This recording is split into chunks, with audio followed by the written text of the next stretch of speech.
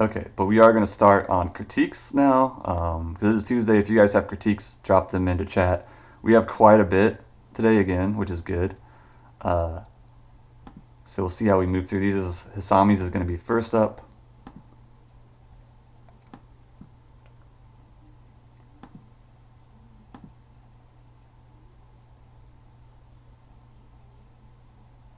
All right, Hisami, what do you want to know with your crit? What are you focusing on? Chunk buff thighs, chunk buff thighs.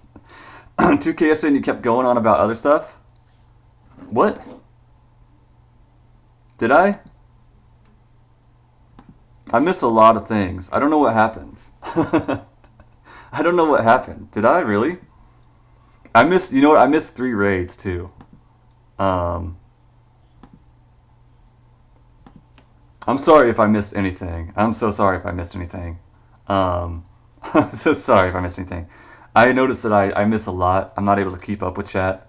My brain's getting more and more scatterbrained every stream. Um, if I do miss anything in chat, please yell at me. Let me know.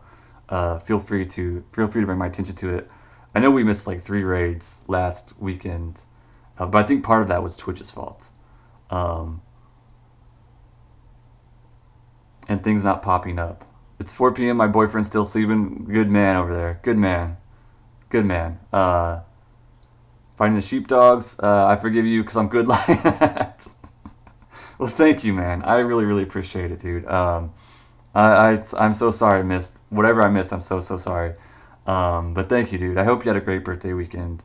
It really means a lot. It's okay. Thank you, Juan. Thank you, Juan.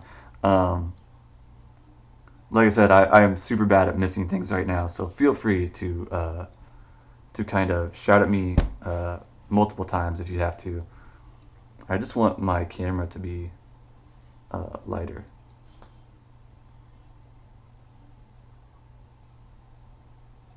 She's fighting above her weight class. Not sure I can improve this. Okay. Um, is he like throwing the dogs out like a Pokemon?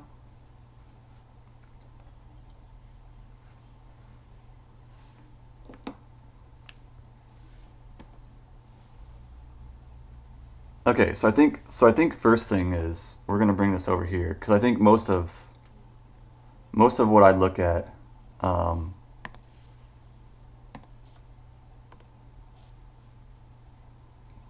is kind of how you're laying stuff out.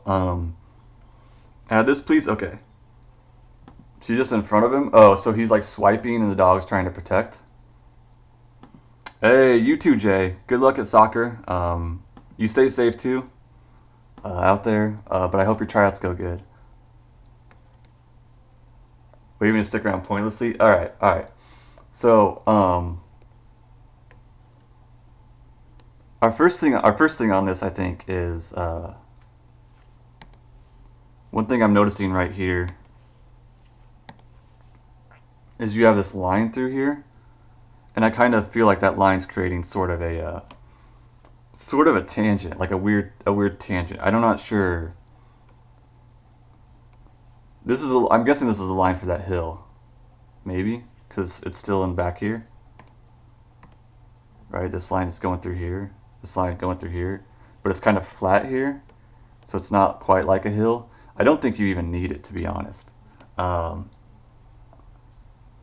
oh, she has to do all the work. Okay, so that's for the hills. Honestly, I don't think you need that line because it's kind of creating a weird tangent where like intersects here, it kind of intersects with that main, but it's also such a flat, bold line. Do you see how you have this broken up? Um, that kind of is a way to draw landscapes and stuff versus just a flat, strong line. Is having this broken up. This is great. You also have good curves here, right? Curving into each other. They're not centered really, so they have like that little bit off setting. Um, I don't think you even need. I don't think you even need that, to be honest. Um, also with these lines that are coming through here, these sort of colored lines, I would get rid of those as well. If you want to show motion, we can do it like on top of the pen. So I would get rid of these. I would get rid of like all this right here.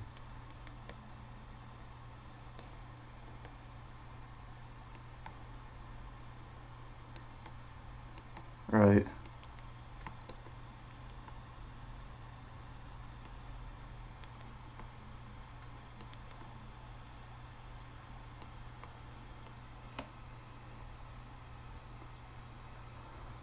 Sometimes you can have like so these you made these sort of bright that like I didn't even notice he had other hands or other hand directions going on here, and that's kind of why I would get rid of him and just kind of keep two.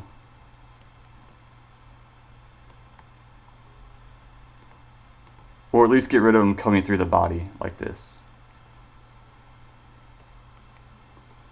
You also want to, if you're gonna do these lines, you want to like keep them. I should have got a bigger file. You want to keep them.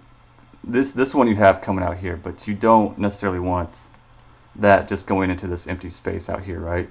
It should stay at that point. I would just use small lines if I'm going to do that though. Like this, right?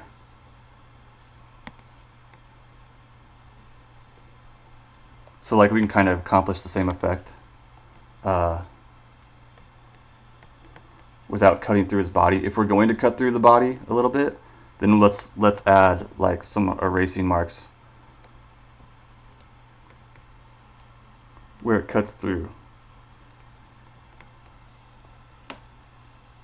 So we have that. Easy removes are your favorite things in critiques? What do you mean easy removes? Oh, taking things out easily instead of adding a bunch in. But do you see how we took out that line? It already looks a little bit better.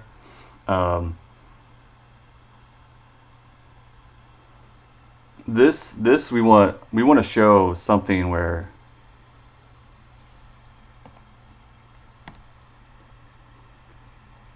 they're a little bit too close, personally.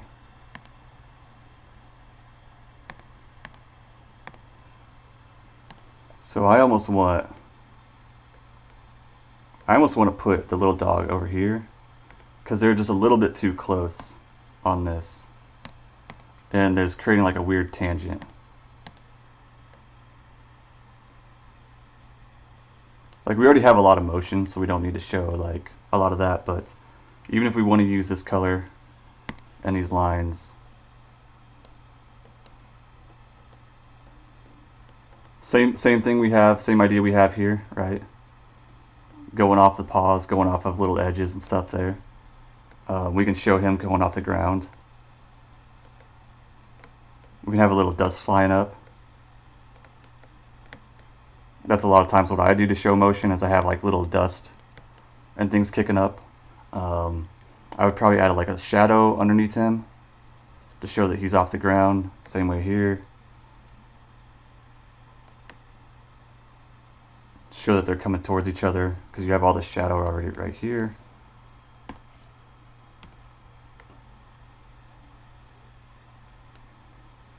Shading like the underside of his belly even.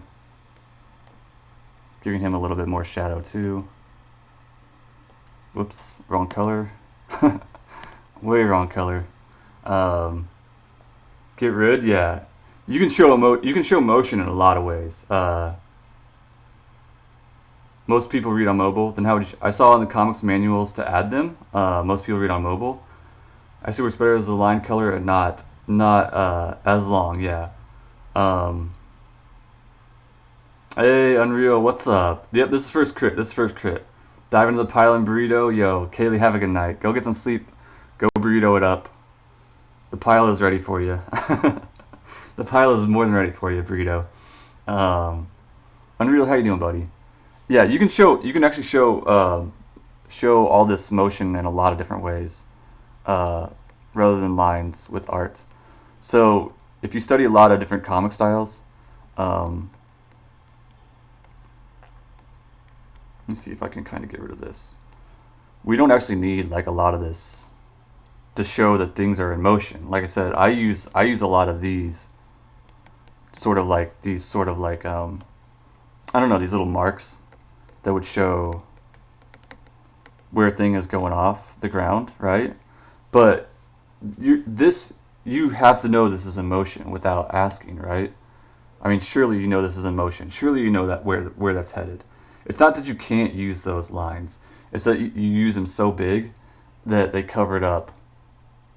They cover up so much of that animal, right? And covered up so much of his face. And the fact that like I can't even really see that he's got two arms here. This is going like this. You only really need the one. I think you only really need the one set here too, right? Change yellow lines, move Marie, harder shadow, add dust. What else? Oh, we'll get there. No, we'll look at it. But do you see any difference at all right now? See between the two panels? Do they look clear at all? See, I would definitely only have one thing of arms at the moment. I know you're trying to show that he's swinging back and forth, but because nobody else is doing that, I would only have like the one thing. Honestly, I would put his arms.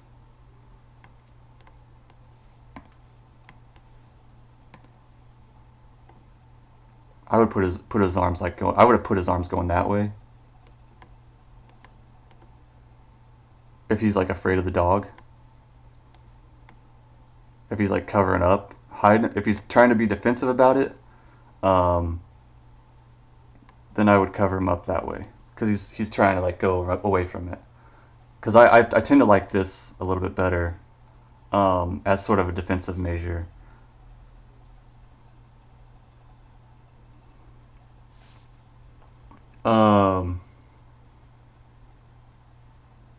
Kirby Crackles, yeah, Kirby Crackles, yeah. There's actually a lot of different ways.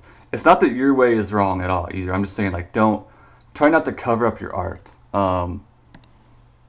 because you work hard on that and you want your art to show. So like if you have to cover it up,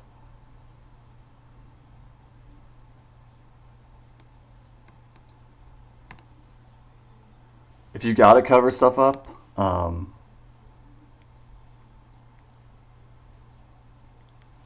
then do it in a way that like adds to your piece instead of like sort of hides all that hard work you did. Also, I kind of work on spacing with your lettering a little bit here.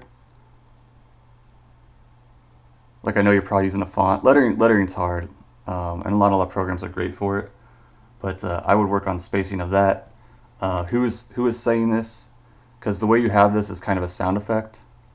So you have like this big open space right here, right? That we could be using.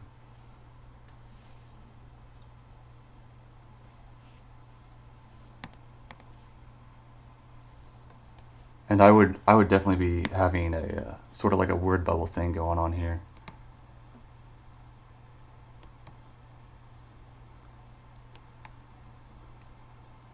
If he's saying it, so I'm not like guessing.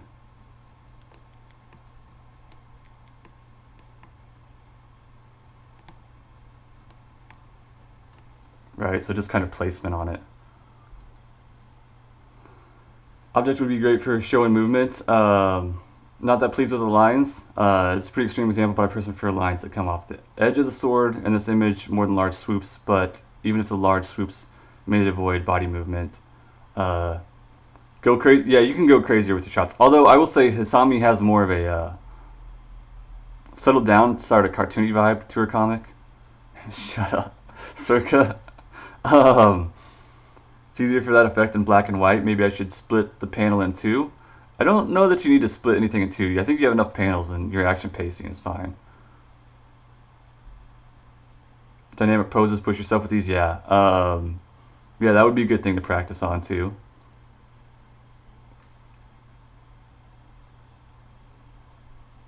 Hey, Chrissy, welcome back. What's up? You ordered your Cintiq, did you? Which one did you end up getting? The 22? Yeah, so like what Jalen is saying too, and I know Jalen works with a little bit more dynamic comics and stuff. It shipped today, did it? I think one of the troubles with yellow swoop lines is in this color scheme, yellow seems like it belongs, like it connects. That's probably a good point. What Tanny was saying. The yellow seems like it almost is as a landscape. You could use white. You could use the black lines. You could use red lines. Um, but in all of that, just kind of paying attention to your sort of your landscapes and stuff. And I think what Jalen is saying, like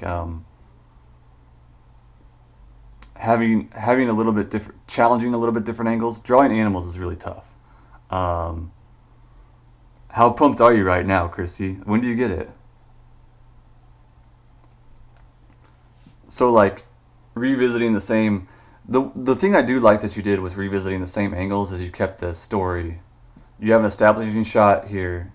You kept the story the same with another establishing shot, so I know where we're at. Um, although, so they booped her right here. I might have like his hand over his snout, and like these other dogs kind of come in, sort of out of nowhere, unless they're established in another page. Because this shot almost feels like it should go here, if that makes sense. Because now we have um, these animals coming in. But what I would have is if he got booped, and this is probably going to be a lot more work for you. Um, if he got booped,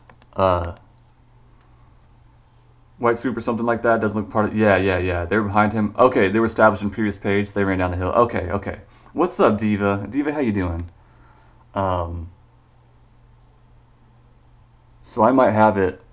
You've already got a lot of panels, so I'm trying to figure out how to do this. But if he got booped, I might do something where I just show him like kind of rolling around, like with some smoke and stuff,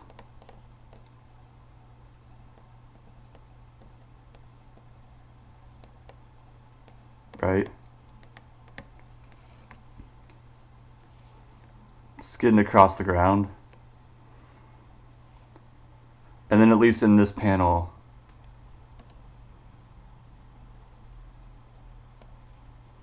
I'd probably have like his arm up over, like one arm up over his nose or something.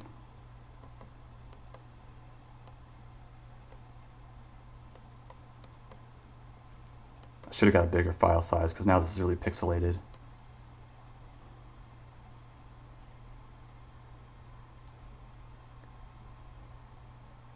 But like I said, again with the motion stuff. So one thing I do is like I add these like sort of like breaks and stuff. Lots of different ways to show motion. Sometimes you can go to the top of the panels, the corner of the panels, and sort of do hatch lines like this. Sometimes I'll do this in my work. It's like subtle ways of making it a little bit more dramatic.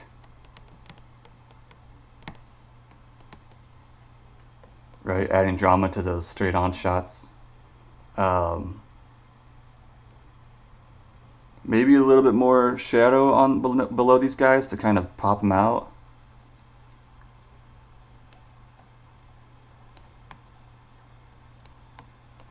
Also, I know the kid is hidden, but I would keep the kid sort of in frame too, just for consistency, right? Like I know he's hidden underneath the tree, but just in this sake, keeping all the characters together.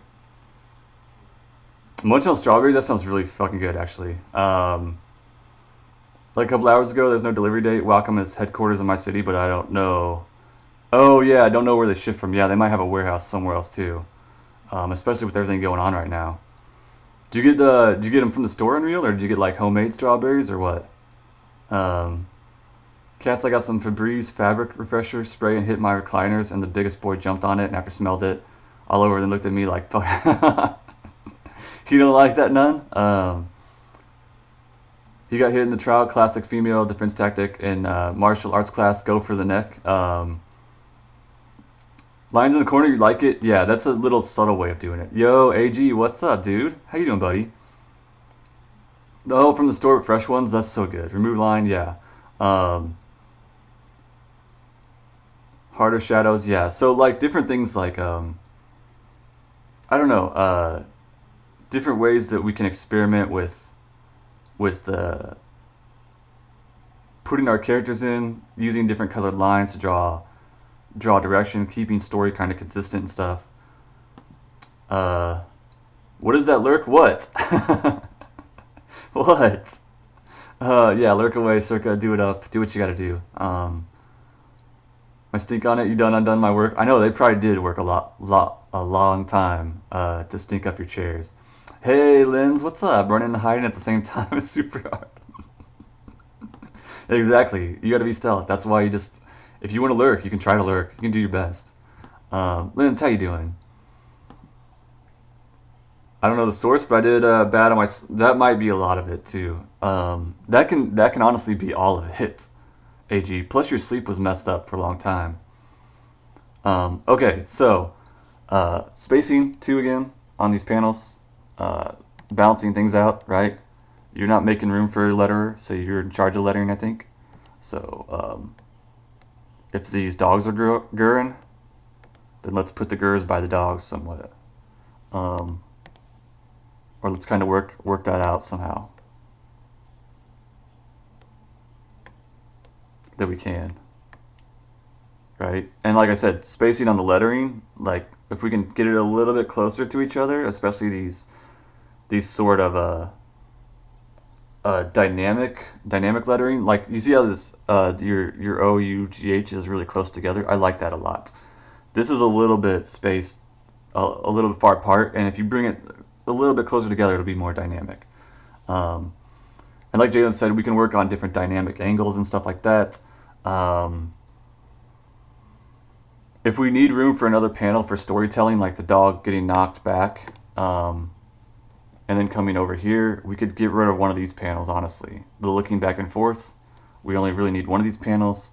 So if we needed room for like another panel up here for this dog kind of getting knocked back and we need to make room, we have one of those we can take out, honestly, and it'll still work. I think this is supposed to be his legs, but they're in shadow. Making this a little bit more clear, we don't even need to show him. This kind of is a little bit ambiguous in the background because it's so dropped back. And if I was going to do that and I really want to show him off, I would show more of the legs. Because right now, to me, it kind of looks like either it's so dark, it kind of looks like a cave. It kind of looks like maybe part of the tree. But I'm pretty sure this is the boy back here, right? Yeah, I can critique character design. Yeah, we'll throw it in there too, man.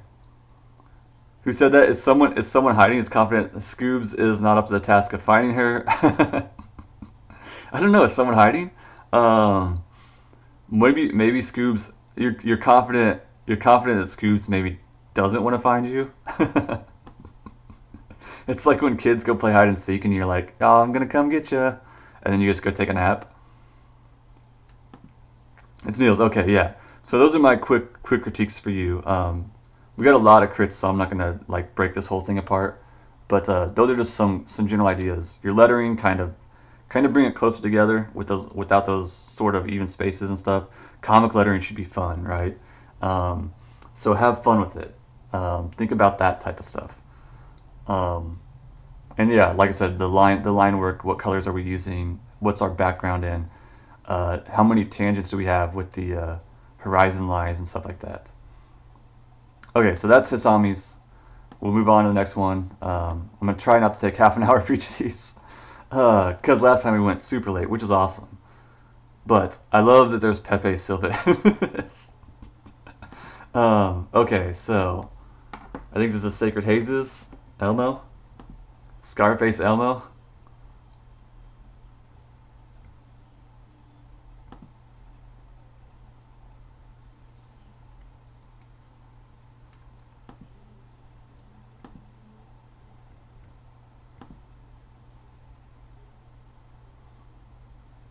An invitation from hiding. The Charlie reference is fucking amazing. Yeah, it's so good.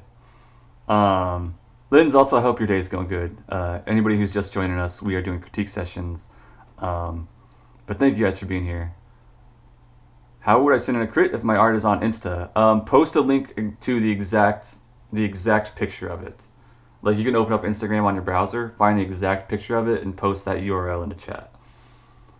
Uh, can you send me my? Oh shit, no. But you know what you can do? You can go back and you can screen cap it if you want. Sorry, I missed that. I totally missed it. Yeah, if you guys want to see these, make sure you screen cap them or something. But like it will be on YouTube later too. Make me feel like it's an action scene. Yeah, what Jalen is saying. Study some of Jalen's work too. Like Jalen does a really good job with his action and emotions. He wants to feel. Yeah, you want to feel it too. And I know that's not your typical wheelhouse either, Hasami. Your wheelhouse is more storytelling. It's more cartoony. It's more straightforward. But this is a good chance to challenge yourself with that too. Um, Making panels that are instead of like an easy way to add action to panels is if your panel is like this, just a straight up panel, like a dog, right? An easy way to make it feel like action is simply just turn your characters kind of sideways. Turn your panel kind of sideways, right? So just that little tilt and that little sidewaysness, that already gives it a lot of motion. It won't solve everything for you, but it's just an easier way to do it. Um,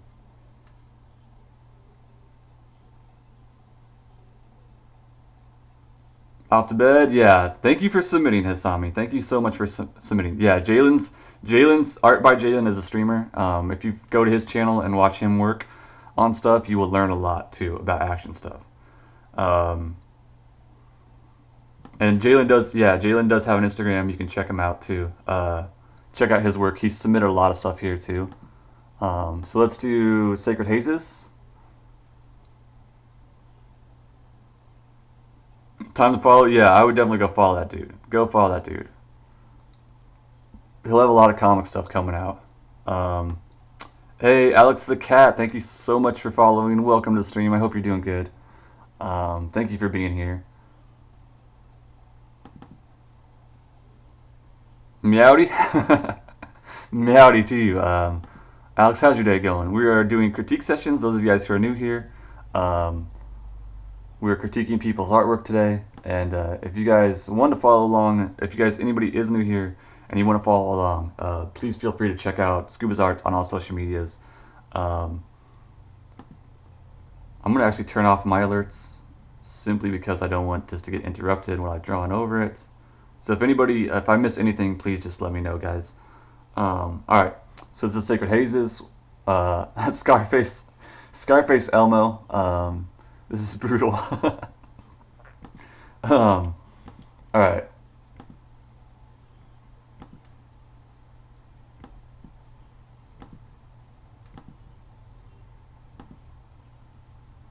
This is dope. This is really good. This is so brutal. This is so brutal. Um, get some tacos. Taco Tuesday over there. Nice, nice. What are you getting for him? You just go straight tacos?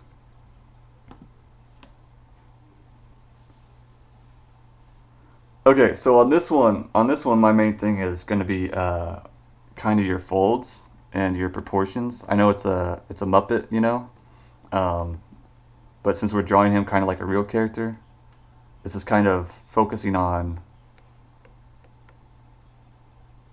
those folds, those proportions, all that style stuff that makes him kind of seem like a full body character. Let's see.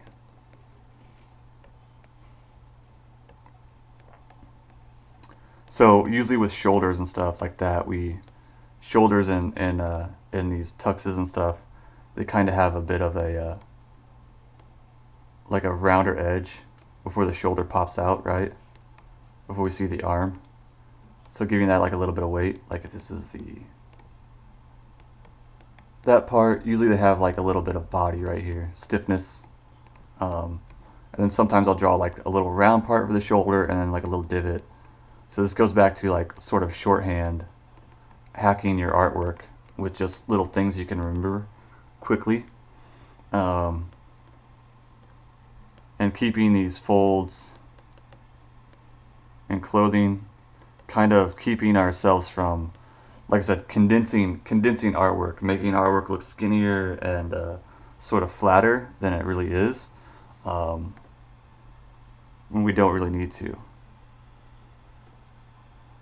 right? So I know this is a very early drawing, but we're gonna critique it like it's a drawing that you did right now. So a lot of the perspective stuff. Remember that with perspective, everything is going to come towards us and get a little bit bigger. So we're probably going to see like the sleeves kind of pop up a little bit. You might see into those somewhat. You do this with the number 2 pencil sketchbook. Taco plate at the place I like is 2 beef with a sopapilla. What is a sopapilla? That sounds damn good. Taco Tuesday sounds really good right now, actually. I love the flower. The flower, yes. I love that he is really baking up a storm here.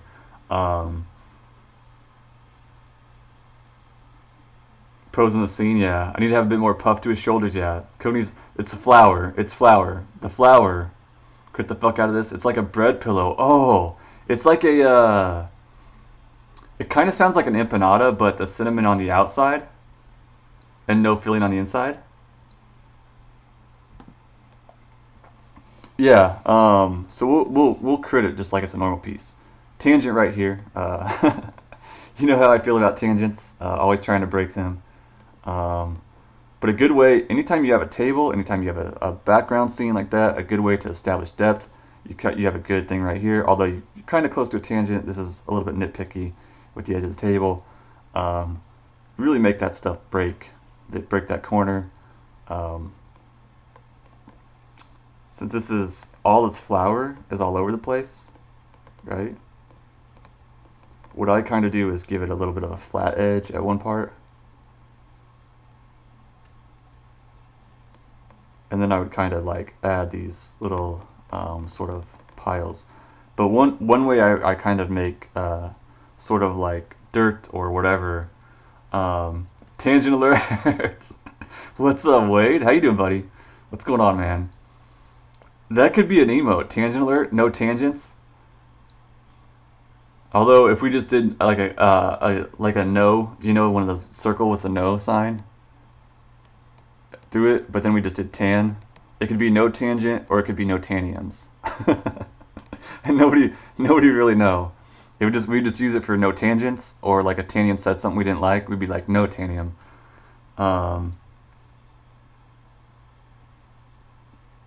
Making it a few. Oh, you mean for scoobs? Well, you use it. You use it. That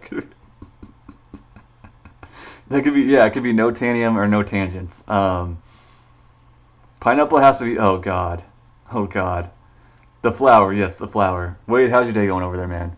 I also would even out his nose on his face, just a little bit. Move that nose over. So with fur,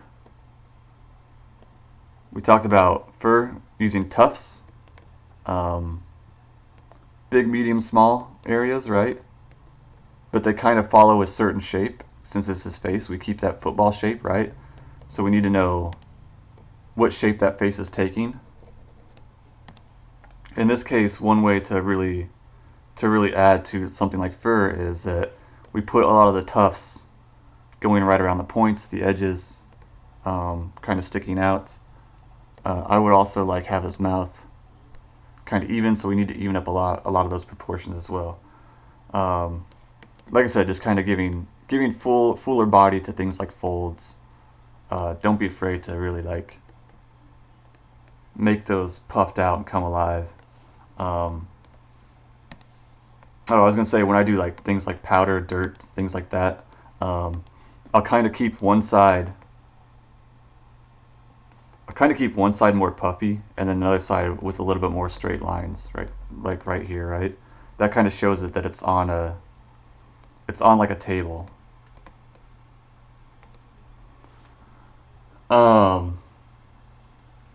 You have to paste tangerines on every tangent. Tangent turd, tanger, whatever that means. Yo, SG, what's up, buddy? How you doing, man? I shall lurk while I go get tacos. Yo, enjoy those tacos, Alex. Thank you for being here. Thank you for the lurk, buddy. Get a couple for me. Get a couple down for me, all right? Do this as a digital painting. This would be an awesome digital painting with Fat Pool and this. That would be an awesome little print set. Honestly. Uh, Good, John. Yeah, I know. There's a lot of talent in here. There's a lot of talent in here. Really? He would approve this pick as a joke? Really? um, I'll do a tangent tango in a tank top. Sounds like a streamer word. Yeah, seriously, make this. Make this next to your fat pool one.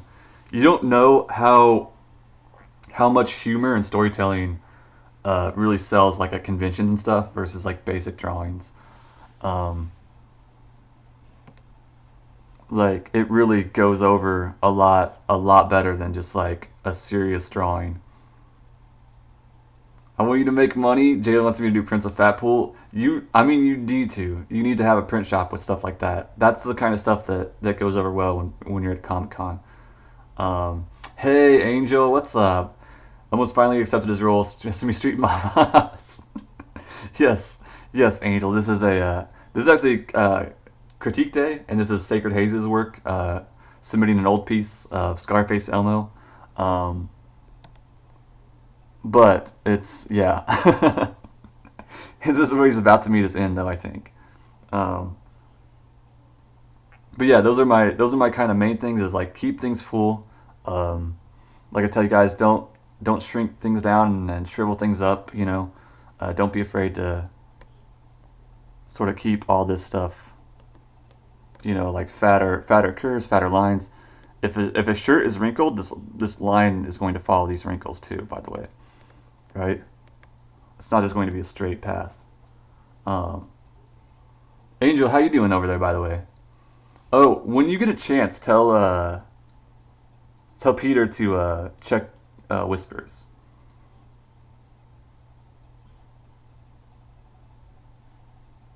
My goal is to get enough work to start doing Comic Cons. I mean, I think honestly, I think if you go with your painted style and humor, also the sports portraits, depending on what area of the world you're in, the sports portraits can be really really good.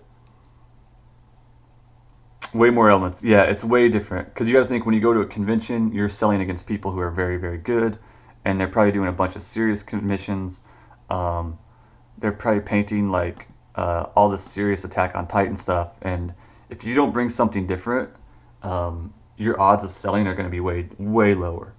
I know I said that I had a guy sit next to me at one con. His work wasn't as great as like some of the really really amazing artists, um, but he had a lot of storytelling and humor.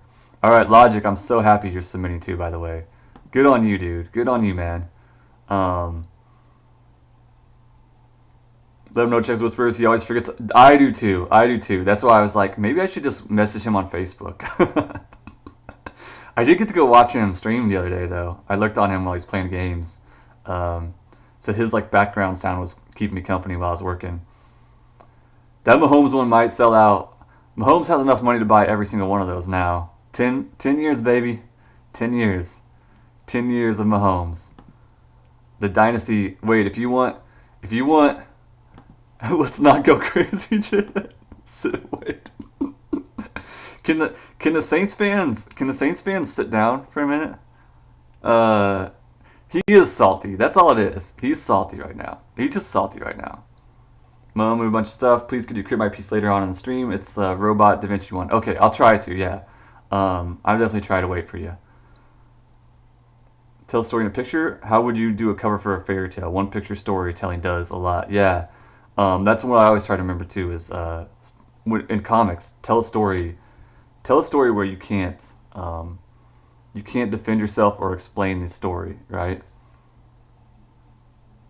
Yeah, but if you guys want to get on that dynasty mode, Chiefs fans, let me know.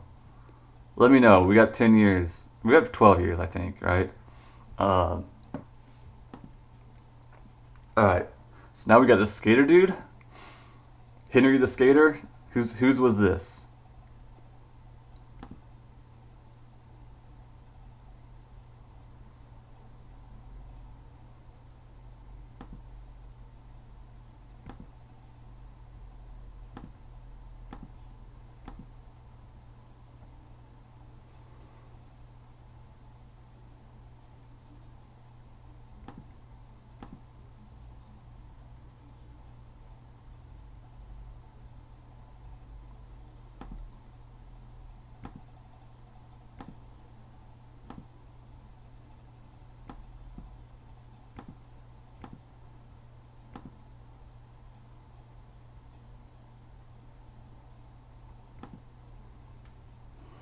Makes more in a year than most teams. I know, man. Nothing like all caps to show how honest you are. That's the point about people. You know what though? Me either. Yeah, Wade was really upset about that too. Like Wade was pretty pissed off about Drew Brees' reaction on that one too. Um, that was a growing moment, right? This is yours, Hawk. Awesome. You struggle to draw women. I do too. I do too. SG. I've been my focus of the year has been. I'm a definite Chiefs fan. Yeah, I'm in Kansas City, so I'm a Chiefs fan. Um, Derrick Henry one. I have with. Yeah, I know. If you do one stud player from like every town that you might go to, uh, I think that would be big because not a lot of people do sports stuff. Um, you drew a cat. It's scary looking. Do you like drawing lots of cats? He has over 60. No way, really? He's just trying to get. Did he get affiliate? Like my man said what he said. Would you rather have him not apologize? But what if he's like sincerely meant it and he learned some shit? 5K something an hour, 8.65 a minute. That's crazy money. You know what that is? That is fucking bedtime story money level. He is probably telling bedtime stories to people. That's 20 some years they've had the best QBs in the game and only 2 Super Bowls to show for it. Yeah, that's true. That's true. Easier to draw than males. I don't know why. It started yesterday. Cats? Did you perk up? Oh, you did those emotes? Those are cool. I noticed that women tend to find drawing women easier, while men tend to find drawing men easier. Maybe. I am not a woman, but I am not a woman. He's so close to affiliate though. Yeah. So this was Hawks. This was Hawks. All right. Um, okay. So this is Hawks in chat. I think this is the first time you've submitted for a critique session, right, Hawk? It's been a tough one, but being a Saints fan long enough to separate my emotions from a team I try to support. Better emotes. Emotes is good though. Emotes is good business. Oh, you think he did because of cancel culture? That's how he feel. You don't think he really took it back? Yeah, I like the sneakers. The sneakers are a very cool design. Very cool designs. What I would suggest, first of all, it's a trap. It's a trap. He did so much after Katrina. Like one statement doesn't derail that. That's. I mean, if you can be in that position to recognize a human being's body of work, uh, versus like a stupid opinion or a slip up or whatever, I think that's a really mature place to be too, Jalen. Um, but that coming from you, that doesn't surprise me because you are the guy that's like big on mental health and like getting improving and self improvement, all that shit, right? You take a very mature stance on a lot of shit, even ex girlfriends. um, Easier to draw female bodies. I think the lines are a lot softer. Okay, okay. This would make for a dope stick. Yeah, or you could put a lot of stickers that you have in here on a sticker. Okay, so my suggestion for you with this hawk is, um, when doing this, did you use a reference pose? Oh, okay, okay, Angel. Yeah, I was like, I think I'm okay. Bio sneakers and skate, definitely a woman. I do have some fantastic hips. Um, my God, oh my God, Jalen still do a kickflip. Jalen loves him. What I would suggest to you is think about the pose you want. Think about what's going on in drawing. Because right here, his pose doesn't necessarily say doing a kickflip. It says more like kind of standing, right? So let's try to get a little bit more action in your poses, right?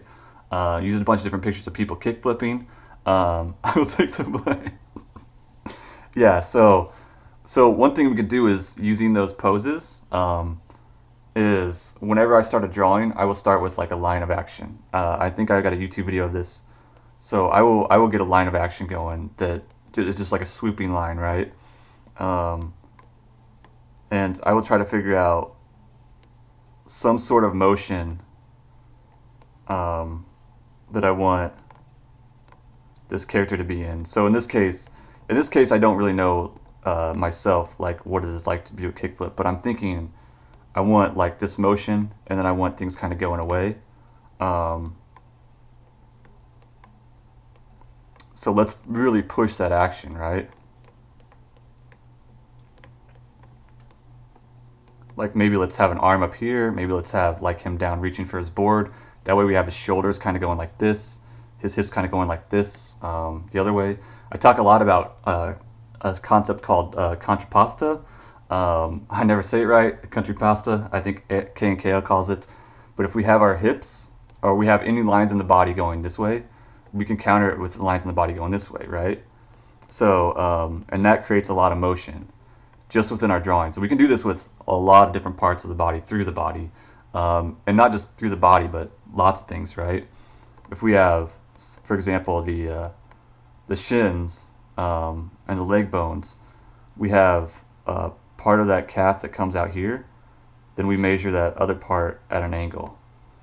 So we have like these sort of counterposing forces in the body that gives a lot of movement without having to move your character around too much, right?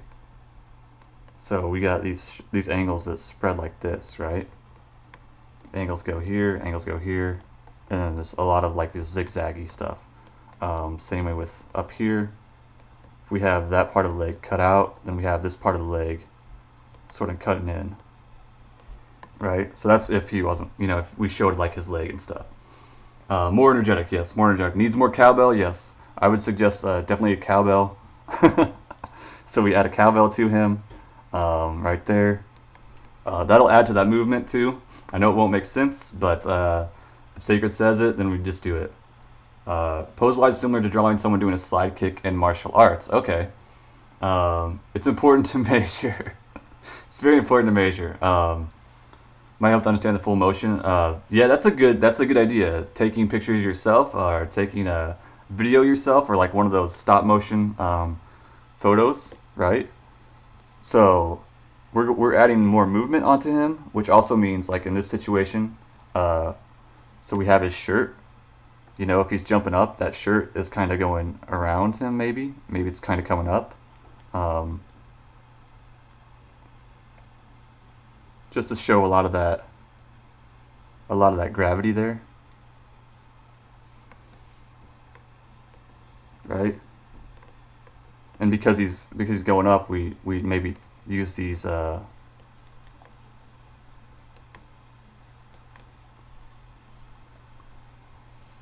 use those little like drawstrings. Use accessories too to show motion, right? Like use all this stuff. Shoelaces.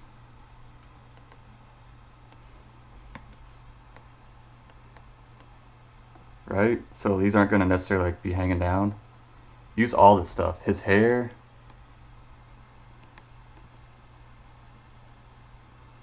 Like where can we make that kind of going up in these different directions?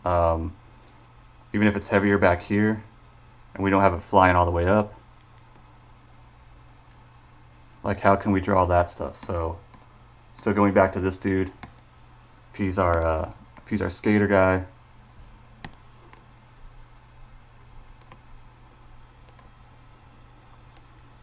keep that line of motion through him. With sleeves, I tend to draw like squiggly lines, and then I kind of connect them and stuff. Instead of just drawing like a flat circle like this, right? Because it's clothing. So if we just give it a little squiggle, then it feels like it's kind of going up more. If he's jumping, if he's going a certain direction, we show that by having more of that in the back. If he was going the other way, we'd show it by having more in the front, right? So in this case, he's kind of got gravity pulling everything this way. So we're going to put those lines up there. Like I said, same thing with the shirt. It's going to lift and kind of go behind him because that's where gravity's going. This other sleeve, kind of the same thing, where gravity's going.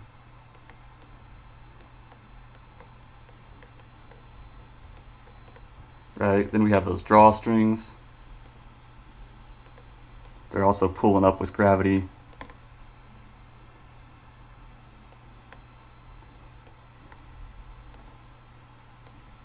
All that stuff is what we're going to look at, all right?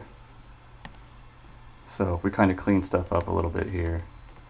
I know my sketches get messy. I don't know if you guys can understand them very much by the time it's done. um,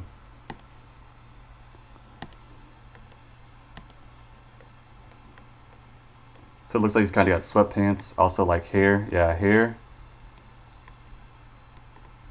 So we look for where the hair is parting, where it connects to the head. And then we kind of draw that going up too, right?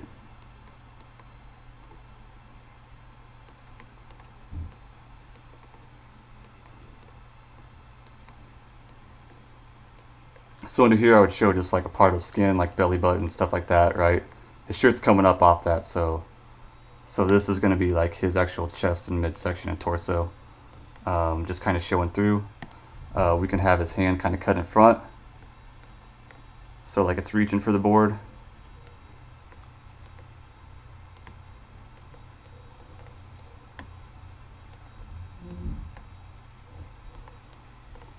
Just things like that to think about, right?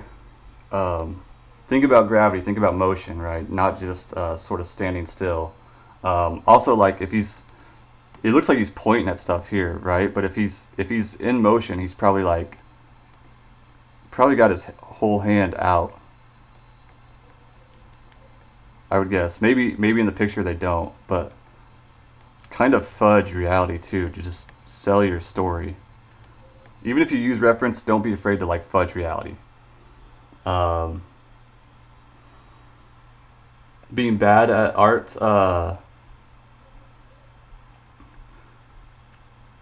let's see. Makes sense. Clearly a goofy footed fakey toe grind pose. This guy. I was kind of just learning how to use Photoshop for this piece. Okay. Take videos is great for coming up with dynamic poses because you're actually doing it so the photo won't be stiff. Yeah. And even at that point, like push your photos a little bit more too. You know what I mean?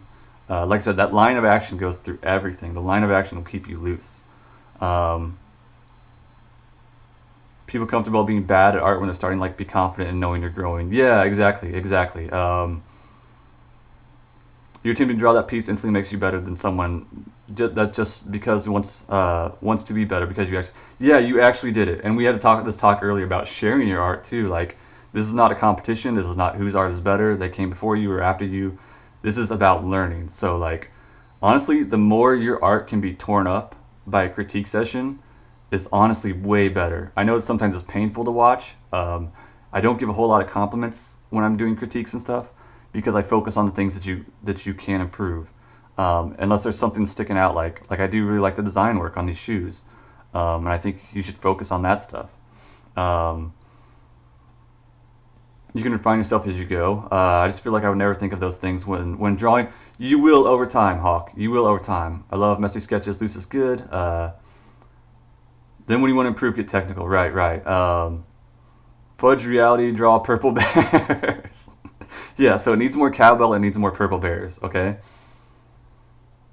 Every time you do something, yeah, you may not know how to do this stuff right away, Hawk, but it will come, every time you do something, it's just like anything else, right? When you learn how to walk and learn how to run and all that other stuff, if you ever played sports, you ever played baseball, you learn how to hit a ball off a tee, then you learn how to throw to first base, you know?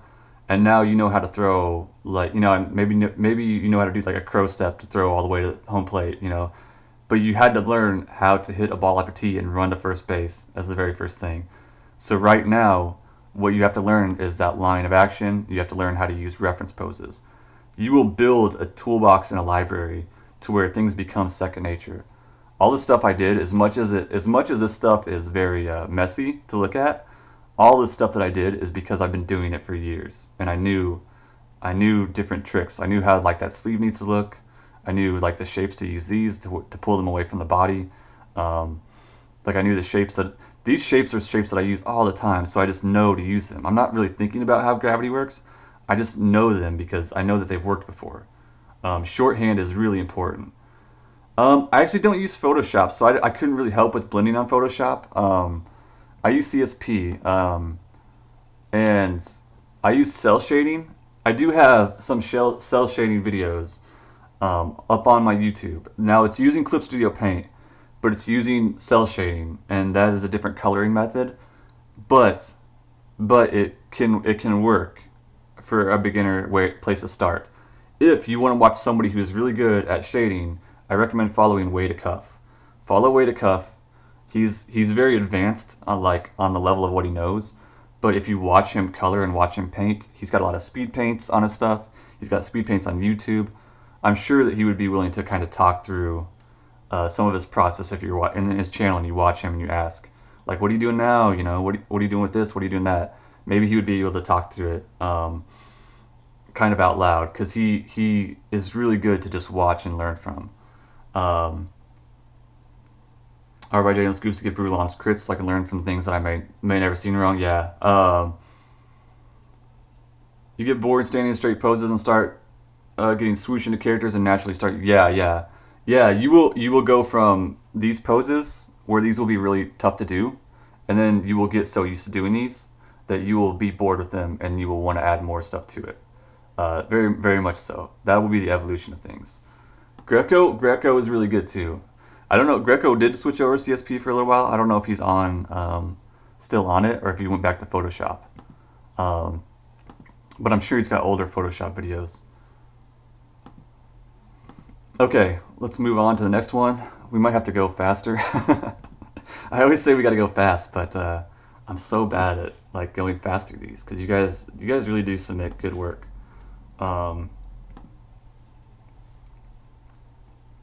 All right, so this is a boombox one. Somebody submitted the boombox one with the weeds.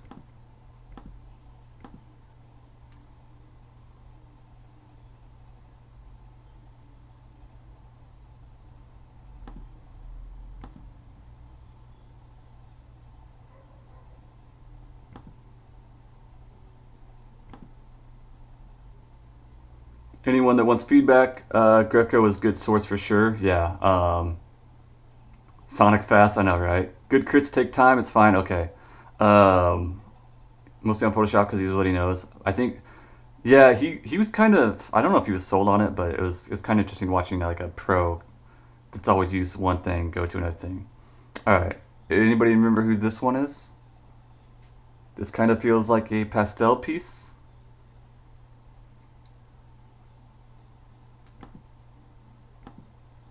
That one is yours? I thought so.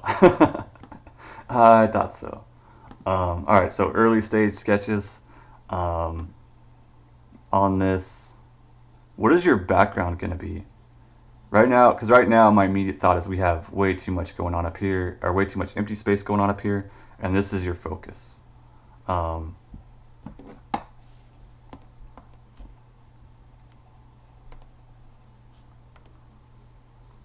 So like, really, we could bring a lot of it in here. This could really be your focus, is just on this. I don't know what we have going on up here, if we need that. I don't think we do. Personally, I think it's good right here. The more we have of just this, the better off I think we are. Because that feels good right there.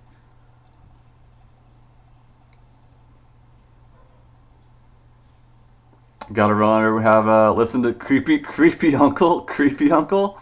That's gonna be your parting shot. All right. Noted, Wade. Rainbow eucalyptus trees, to be exact, but I painted them. They're so pretty. Oh, okay. That's gonna be the rainbow eucalyptus trees up there. I kind of wonder how much you're gonna be able to show these. Is it just gonna be the bottoms of them? Because right now this feels good. Whatever you want to focus on, this feels good. If you want to paint trees in here, I would go taller with the canvas size. Yo, lurk away, John, lurk away. Cropping it could definitely be okay. But if you want to do trees and stuff in here, in the background and stuff, I would go taller with this canvas. And I would make this less of a feature. Right now it's like a little bit too even. So if we have like our composition wise, right? Either I would do this, like with the big stereo up in frame, kind of make it like that, make that the focus of stuff. Or I would go, if I want to do trees and stuff, then I would have that, and I would almost have like the bottom third or fourth even of that stereo, and kind of even not center it, but kind of lay it off to the side since it's like dilapidated. It looks like it's kind of being overgrown by stuff, right? So it might be like a cool thing to just have off to the side, and then we have like, and then your main focus would kind of be the forest and the trees and stuff behind it, if that's what you want. And this is sort of like laying there as part of it. Ooh, and then you could have God rays kind of shining down on it like a spotlight, kind of lighting it up. But then I would go way taller with it. So I would choose between one of those two and not like a 50-50 split, because then it just feels like I don't know what impact it's supposed to have. I want the main focus to be the boombox, so I'll probably go crop it. Yeah. And your focus could still be on the boombox if you light it differently. Like if you have a lot of purples and stuff in here, and then you have gold lighting hitting this, so like a lot of this is lit by gold, like yellow colors, you would still kind of see this as your main focus just because of your color palette. And you could still have that forest in the background. And it would give you it's going to give you a different scene and a different idea of it, but either way, this is going to be more intense with the boombox stereo thing in the foreground. This is going to feel a little bit different, like just a little bit of a different story. But I would just go somewhere in between those two, right? Yeah, so that's going to probably be my main thing, because you're still fairly early on in this, right? Like you're still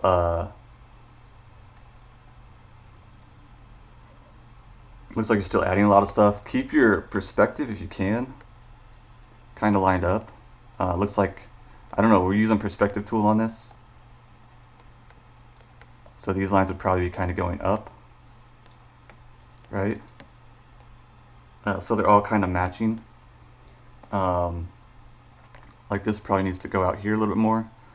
If you set up a perspective grid in Clip Studio Paint, and then you use these different tools, like the ellipse tools and stuff like that, they will stick to your perspective grid.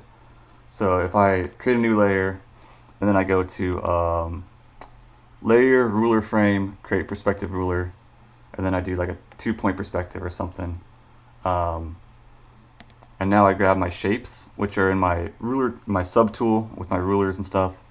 Why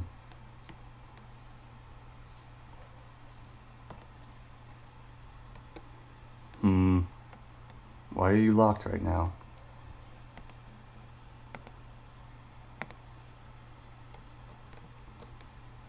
Okay, cool.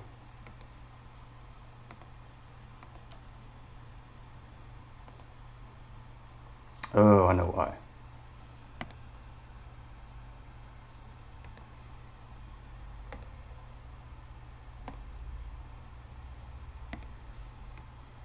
Okay, so I have a layer tool set up, and now like all my tools should go to that perspective grid.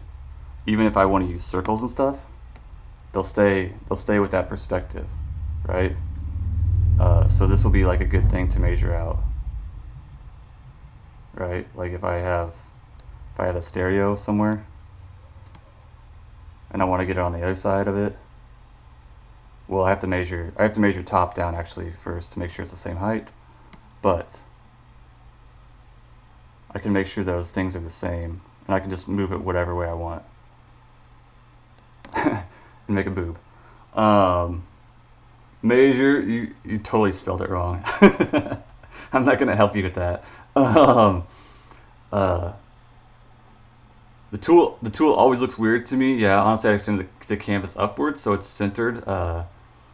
That the weight of it makes it less interesting. An empty space sky above would make for some contrast and detail, weight, and more pleasant composition. Personal opinion. Yeah, you could do a lot of different angles with this too, right?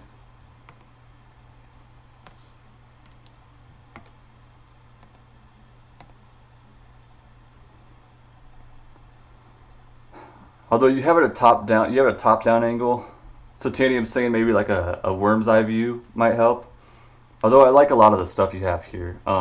You can make it work with a lot of things. I would just definitely crop a lot of that out, you know? Really, really get like I don't know, like right around in here, something. And then we could still see a lot of that stuff in the background. Like lots of foliage and stuff like that still kind of going behind it. It's so centered, just the crop. It'll still have trees if I crop it. Yeah, yeah. I would just make sure that those are like, this is going to be your main focus on it. You know, as long as this is your main focus, the trees are going to be just background elements. Yeah, partially, unless you want to do like, unless you want to show all the trees, you're going to be in that weird middle ground if you try to show too much like this. But yeah, that's my main thing. Crop it. Figure out where you want to focus on. Keep a lot of these sort of centered and lined up. You know, the top of these. Even if you can't figure out the rulers and stuff, there is a straight line tool you can do. You can literally do one from one line. You can measure the top of it and kind of go across and see where you need to make those other lines, right? There's still those line tools that you can do if you don't want to do like a whole perspective grid. But that's what I would use, because that'll make your drawings, that'll make everything feel right. Because like a lot of these lines, they're kind of, you can see they kind of have a little bit of uneven spacing and stuff. It's just little touches like that. Because this is like a real product, right? Not so much organically drawn. And if you wanted it to be all messy, then make it all messy intentionally. If you want it to be all perfect, then make it all perfect intentionally. But don't waver in the middle ground, right? Because then part of it's perfect, and then every once in a while, line it when it is messy, it'll show out like a like you don't know that you're doing it wrong, right? Because to the eye wants consistency.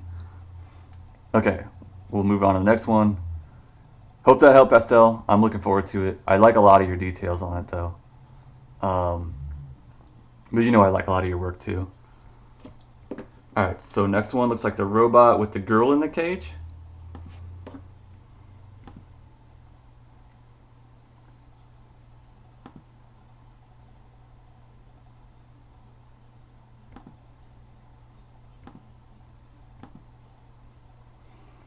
This is yours, Marlos?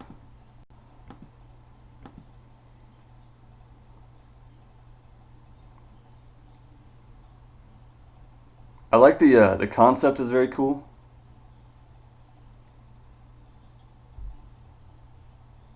Let's see, layer duplicate. I like weird stuff that makes you think about things.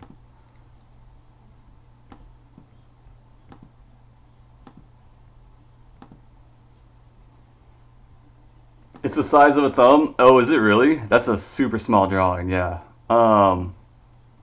So my thing with this is that oh, just close up pic. That's really small. That's really really small. I like a lot of this style.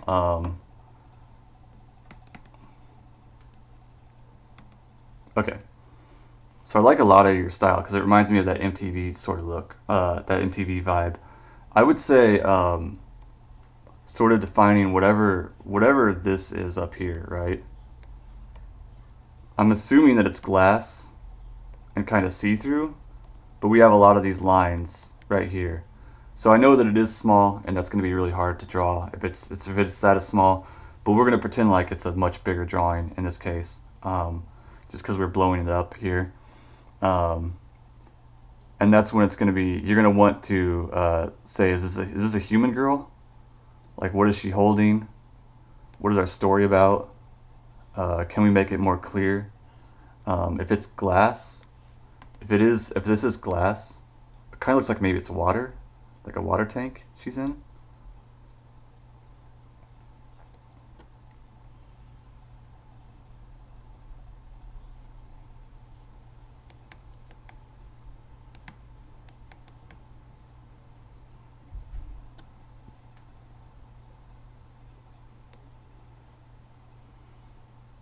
Meant to be glass thing with liquid. Okay, perfect.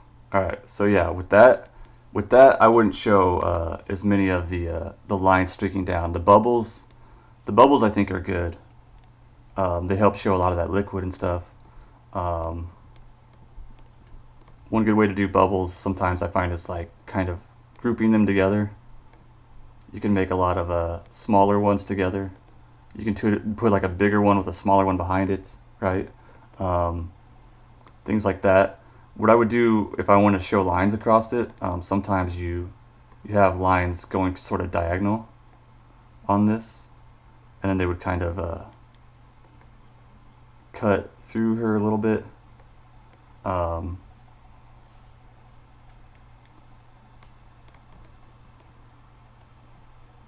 Or a line going out the top like that, show a little bit of shine, stuff like that is what I would do.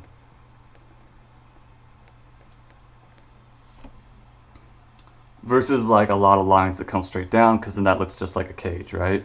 So this is not a perfect placement of these, but maybe you can kind of see how it's a little bit different with the vibe that we have, right? Maybe it looks a little bit more shiny. Different ways that you can show shine like that. With a lot of detail on this stuff, I'd honestly, if it's going to be small,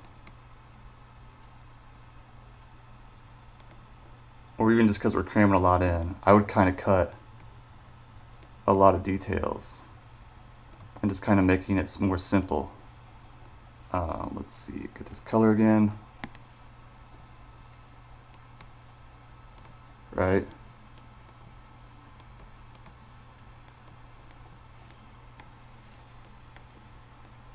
So let's make things a little bit more simple so people can kind of suss it out. Legs, just simple shapes, right? We don't necessarily need like all these bins back here. So legs were kind of focusing on like these triangle shapes.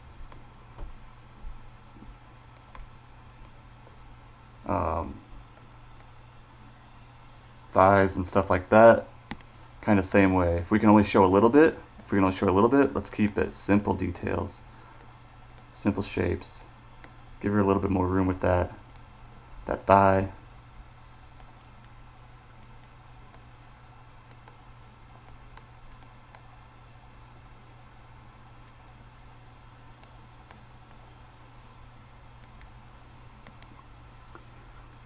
Adjust the hair to make it look like, oh, that's a good idea, Sebastian. That's a really good idea. Just had to spray my dad down with the hose.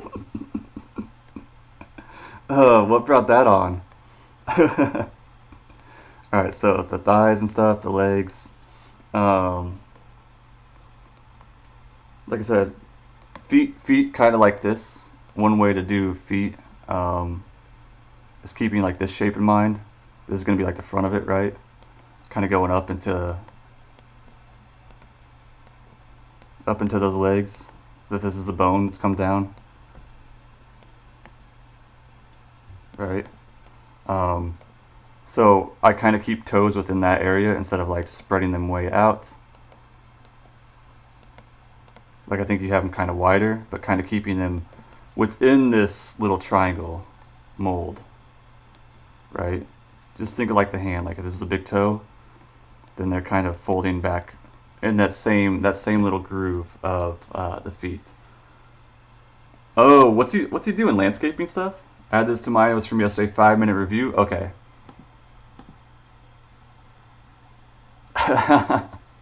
All right. But yeah. So think about the stuff that you're having to show off. What is she holding in her hand, by the way? Yeah, I love the idea of like maybe her hair floating up and stuff.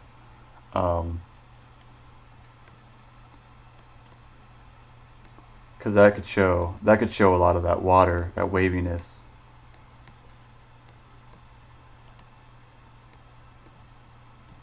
Right?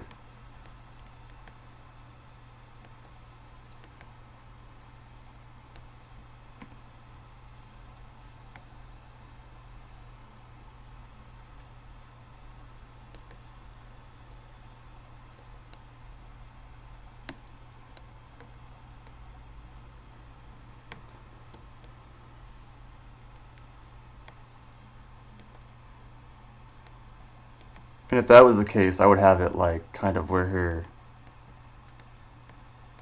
and you gotta see her ears. I would have it definitely part at her forehead.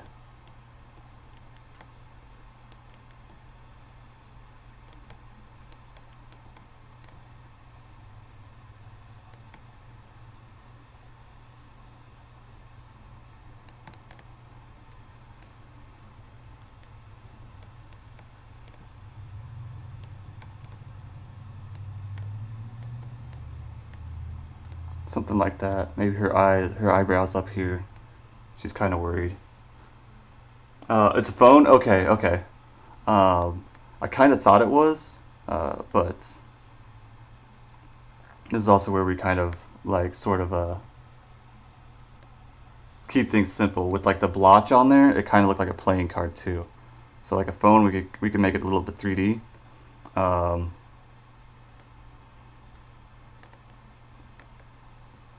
same thing with the feet, right? When in doubt, finger outie. So use your oven mitt hands because it's smaller, right?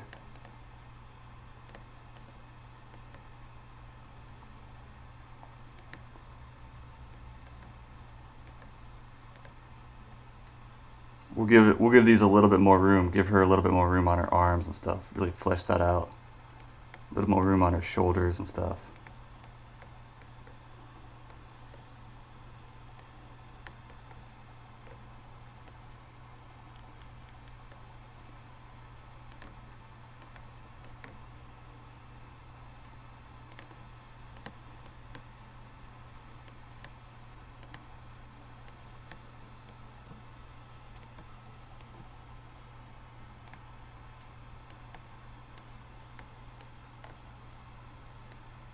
So maybe she's clutching it a little bit more. When in doubt, finger out it. Disgusting. What's up, Anthony? How you doing, buddy? Uh, what's up, homie? We're doing our critique sessions today. So stuff like this, yeah. I love the hair idea. By the way, that's a great idea. Um, but yeah, having the phone there, those things help like that a lot. I'm not gonna crit the robot a ton because I think you have a really cool style. And I think a lot of that stuff was done in your style. So I think most of it, if the air is coming up from the vents, then like let's have more of that.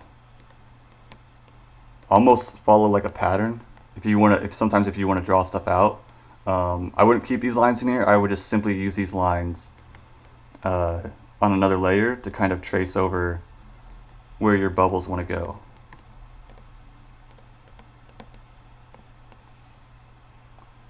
As a guide, exactly. Alter design for the robot so the glass canister is more prominent and takes up more. Oh, you would make it a lot bigger.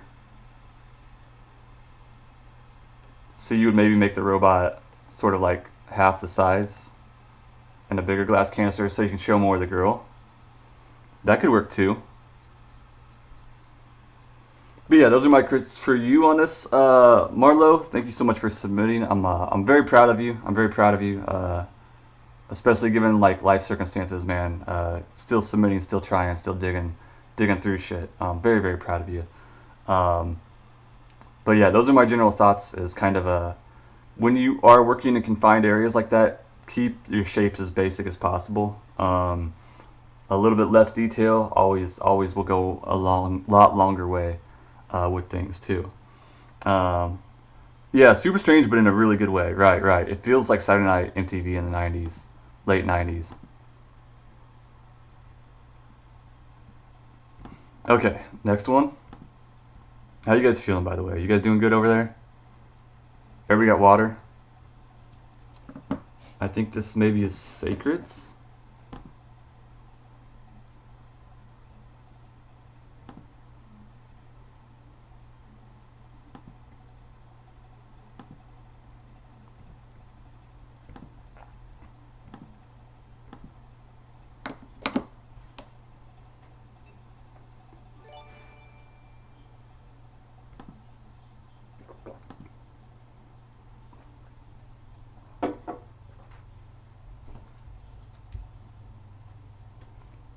Okay, super creepy.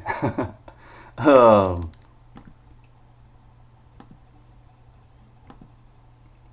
baby long boy. Baby long boy. Alright, edit, fill. Okay. Hey, Santo! Thank you so much for the sub. Thanks, buddy. I hope you're doing good over there, man. What you get up to, Santo? Thank you so much. Um, very creepy, but yeah, I dig it quite a bit. Is this yours, Sacred? Santo, what you up to? Yeah, this is cool. This is really, really cool. I only draw cute. Oh, this is JK's. That's right. That's right. Only draw cute. Yeah, this is your art trade, right? Cryptid vibes. Yeah. Oh, little bit of Gollum. Yeah, Gollum in there for sure. Okay, you only submitted traditional. Okay. All right. So my main thing with you is I think that it looks like a lot of light is coming from the top. So let's try something here real quick. Uh,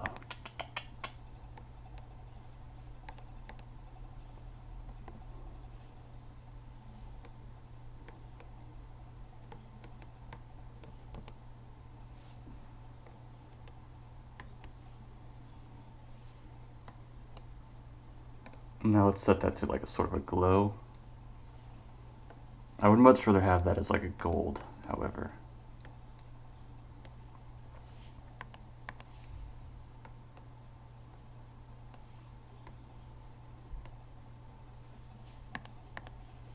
Okay, I do like that. I do like adding a little bit of a sort of like greens into stuff with your color palettes because you have some reds. Um, but trying to keep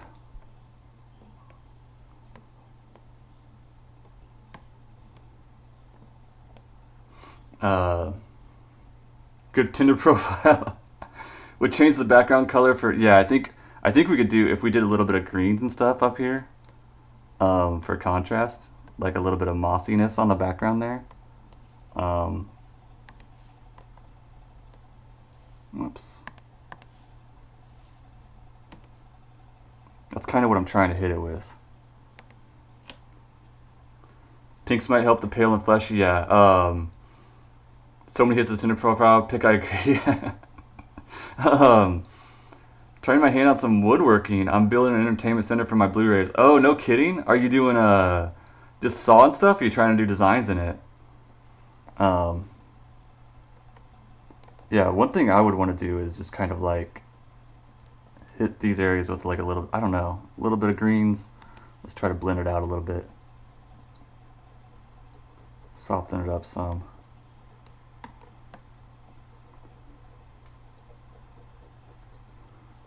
Just to make it look like it's like in a cave sort of. Like I said, we're just adding that color kind of into it. We can change that to a lot of different colors too. We could do like a tonal correction here. We just kind of see what colors we get. This is with blues, a little more reds, purples, a little more golds. I like the golds kind of. The reds in the background there might look pretty cool. But you see just adding color into it. So we'll stick with a little bit of greens for now, just because we have the reds in here. And let's say we go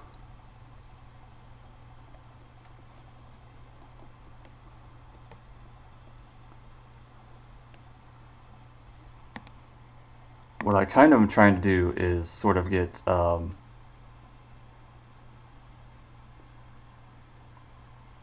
that sort of God ray effect going.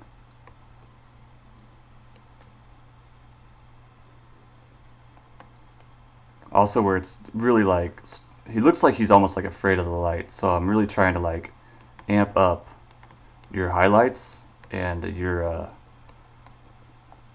shadows.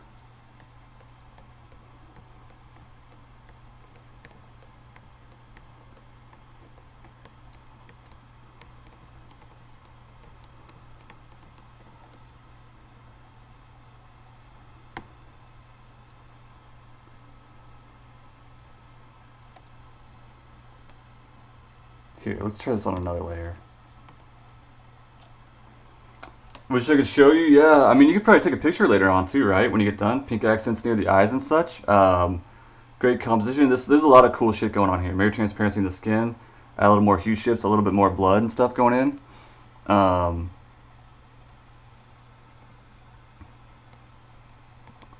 So like,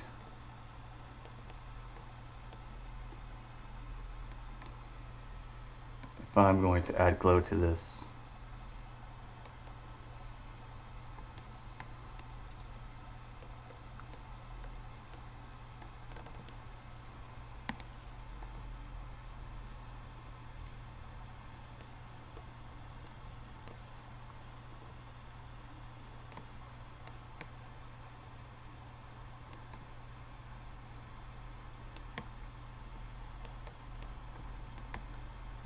Just kind of wanting to make it hit certain areas, right?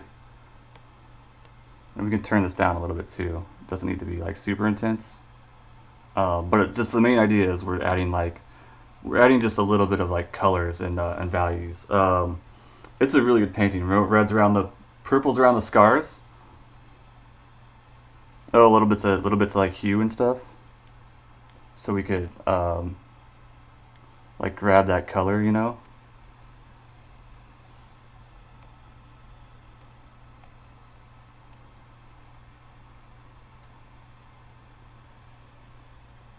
Maybe take our airbrush down a little bit. So you're saying kind of hit it. Like a little bruising on the skin type of action.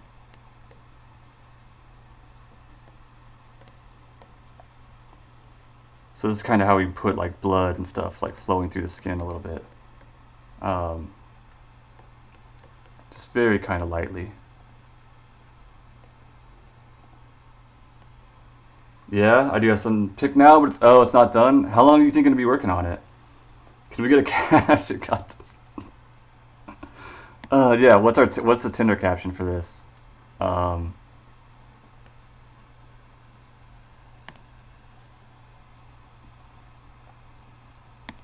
Yeah. So what I'm doing right now is I'm just using the airbrush, which is what I typically use for corrections on stuff. It's not always the best tool to use. Also, I'm going to give a little bit more color into his mouth. Like I said, just things like we can try a little bit of purples and stuff like that too, right? We'll take down our density a little bit.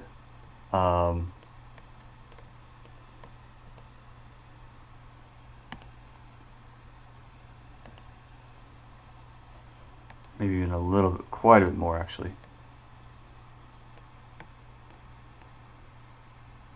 I mean, you can kind of throw whatever color you want on these. Some color back in here. In this case, maybe blue would be good. Just play around with different ideas, right? Just play around with different things.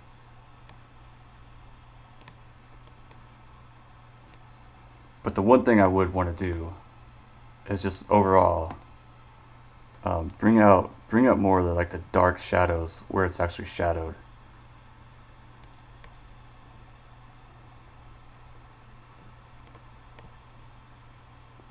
Whatever color you choose, just keeping it darker and darker and darker on him. Because if we're gonna have like this bright light coming in, then we really want to like pop that. Thanks, I hate it, guys. Stop. Feel cute might delete later. It's not a phase, mom. Mom, Mom said I would meet a girl like you someday. When I like the quarantine one. That's actually really good. When your boss comes to drag you out of your quarantine nest, yeah. This is a JK post quarantine.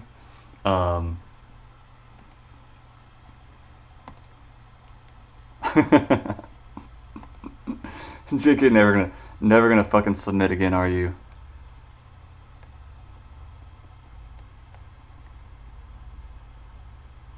I'm gonna really try to drop a lot of this down into shadow.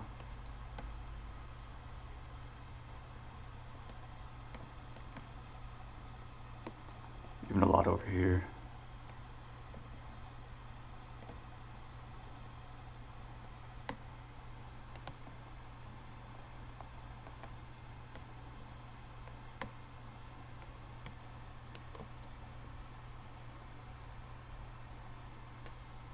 Okay, and then let's see where that glow goes. So whatever area we light with that glow, which this doesn't look incredibly great or anything like that. Maybe we can rim light it a little bit. Nope.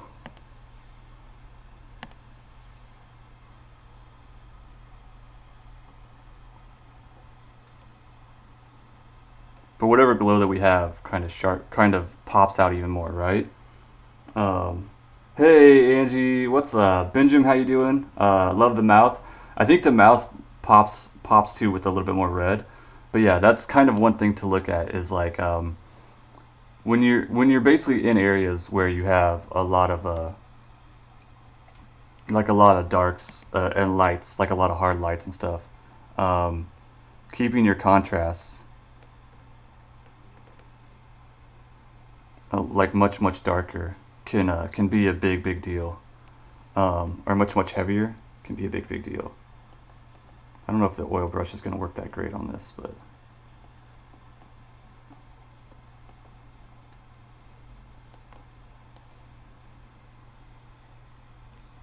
I really want to get darker and darker on this. Especially in here, really want to get that dark. Um, and the color scheme is close. What's up, Ben? How you doing, buddy? What's going on, everybody? Kind of reminds me of Santa because of the Santa Cruz Screaming Hand. I've never seen that. I really want to learn to paint in CSP someday. Me too. Me too. I feel like I would help a lot more on these critiques. A lot. If I kind of could figure out what the fuck I was doing a little bit more. The oil brush has been really fun to use on. I highly recommend people just playing around with that. Let's see.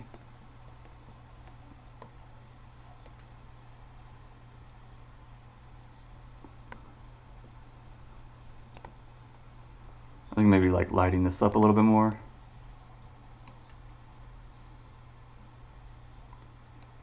Love this one. I would say the only thing that reads off for me is how the scars or scrapes are all in the same direction regardless of the angle. Okay, yeah, you could do some different random cuts and scrapes on him, right? Add yellow to the highlights and change. Yeah, kind of what I'm trying to do is add more yellow in here, actually. Yellows or complement colors to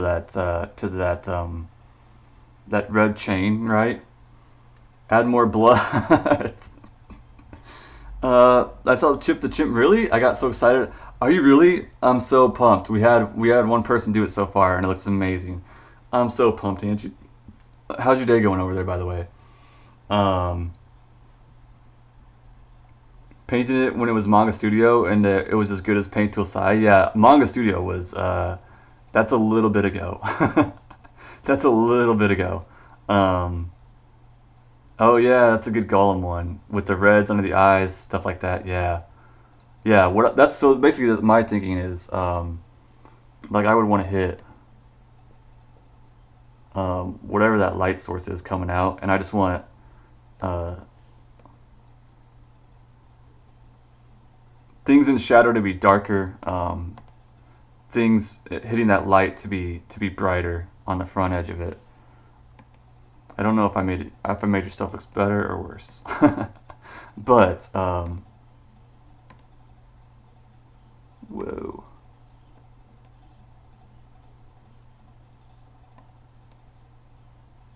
Wrong layer. But see what those changes. Let's see. So here's your original. I wouldn't say it looks better, but you get the idea. Just kind of has a little bit different glow and stuff to it.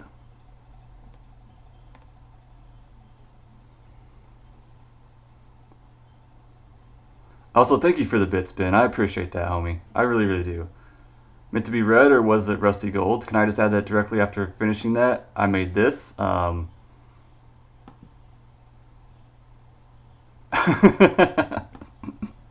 you went from that to this.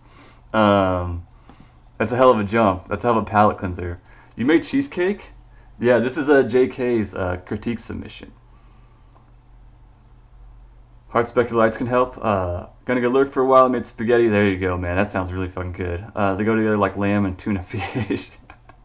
Spaghetti and meatballs is amazing. Light looks incredible though. Really sharp eye speculars and high points on skin. Yeah, I would hit it like especially these points close to here. I would hit those a lot brighter.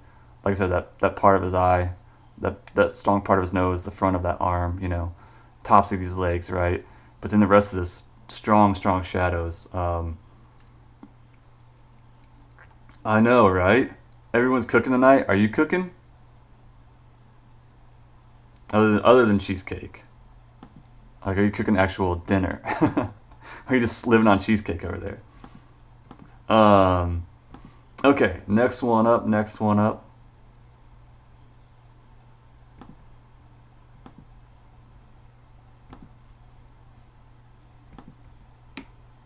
Looks like it's Jalen's. His Ohm's Law. Whoops, don't want that.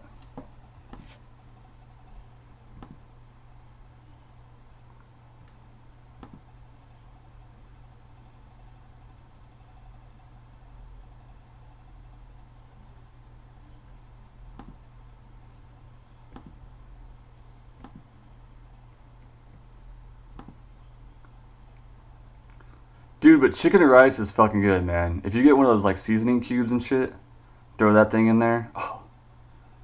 So we still got ham and leftovers from the fourth. How much food are you gonna be eating from Fourth of July cookouts? For a while. I don't think we had much this year for leftovers, but usually we have like a good week. We have a giant fucking pot of spaghetti though, that I'm down for. Duplicate layer. Okay.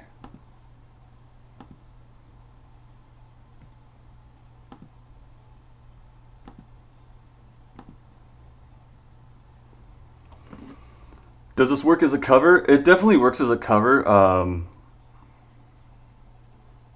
One thing I would do is work on your title at the top. Because of the way that it's kind of slanted. So I mean, a lot of comic covers, they kind of have that space with the barcode and stuff here, right? Not every comic cover has to do it, but a lot of them do. But just in general, like they feel like there's a lot of space here and a lot of space here on this. Um, it definitely works as a cover.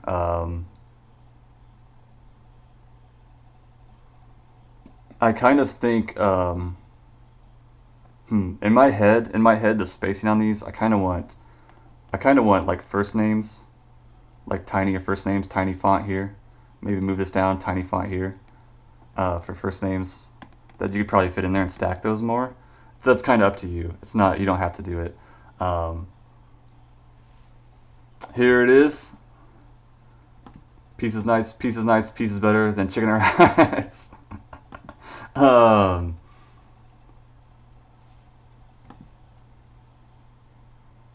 oh, Gobo, is this your submission?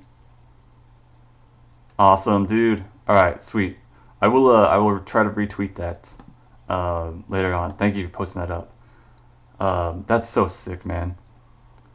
Is this an electrical reference? I like the idea.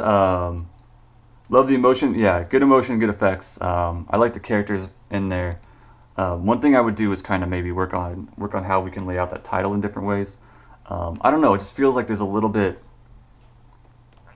It feels like there's a lot of space right in these areas, or like, and even like right here.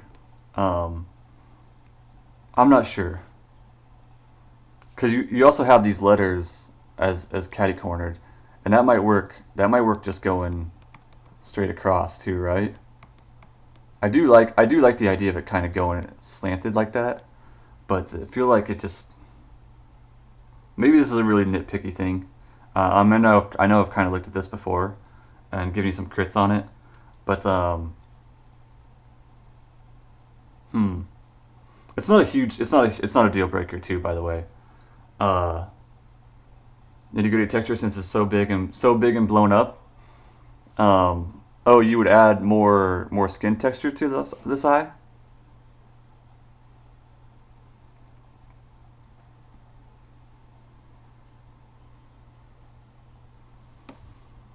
Try to pop a little more. It seems a little basic. Yeah, it does. It does. I think, and to me, a lot of that has to do with the spacing. I think spacing and lettering is really important, and like all of your, I don't know, like the spacing you have top and bottom in between the two words, and the spacing between letterings is really important in comic lettering, and that can make a huge difference. But I'm with Delightful. I feel like I kind of want it to be more prominent, or something going on with it. Try a lot of different things. the shitty thing is when I feel like I know something could look better, but I don't know how to explain it, or I don't know what else to try. Um, but yeah, I think we've looked at this before. Like as far as just general critiques and stuff, I kind of go with the same ideas. Is like maybe you could, since this is a hoodie, we could always get like sort of fatter with these sort of like bends and folds and shit, right?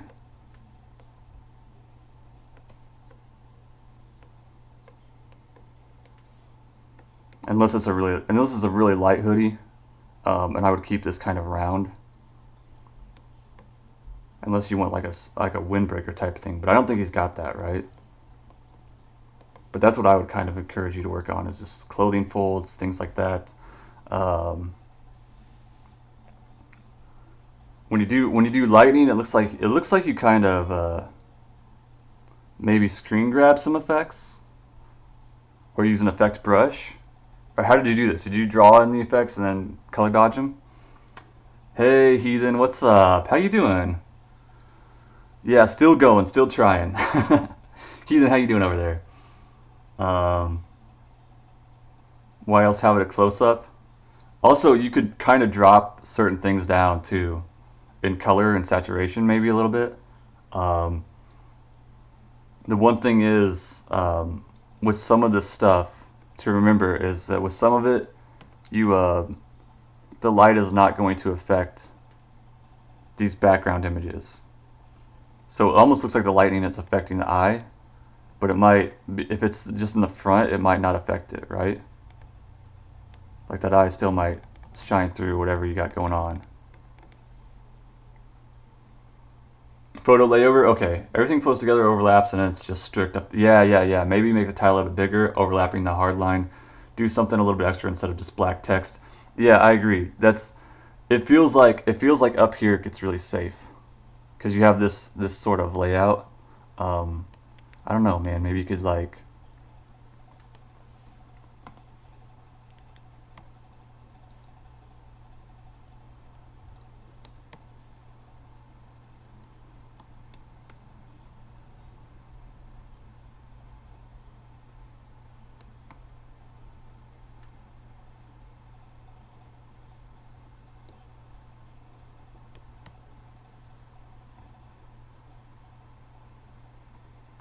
work within some of those. I don't know. Just trying some different ideas, rather than having it feel so safe and static.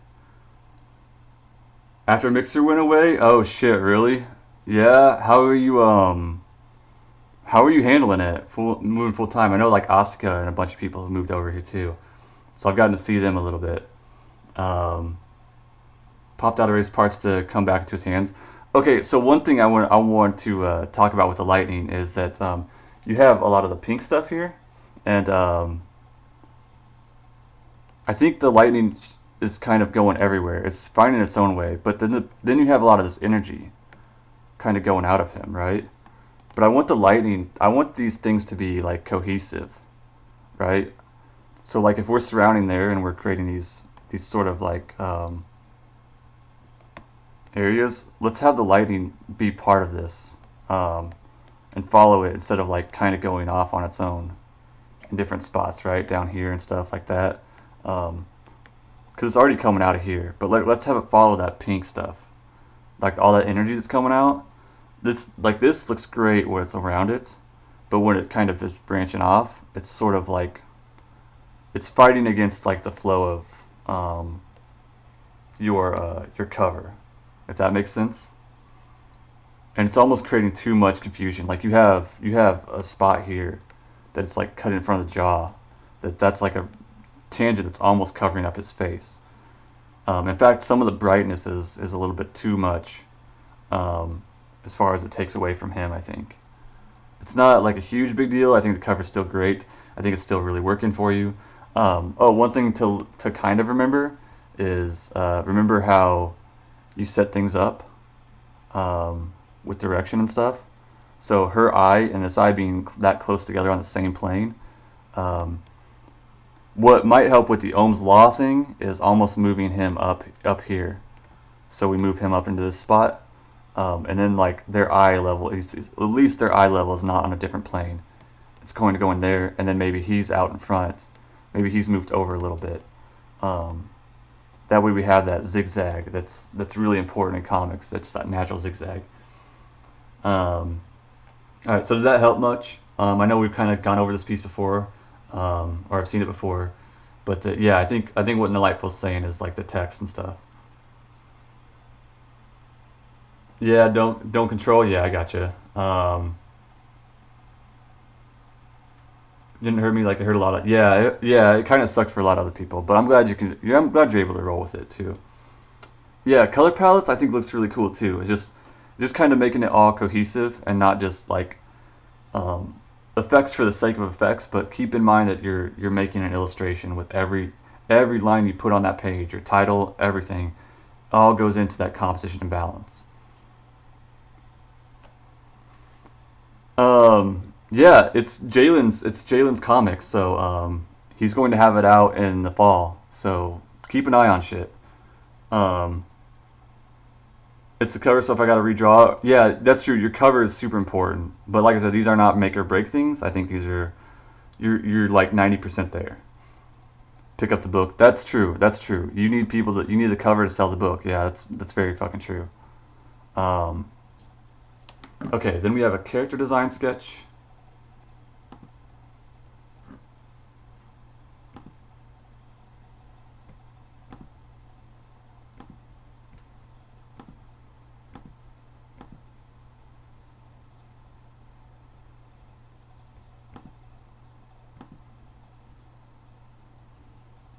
All right, whose was this one?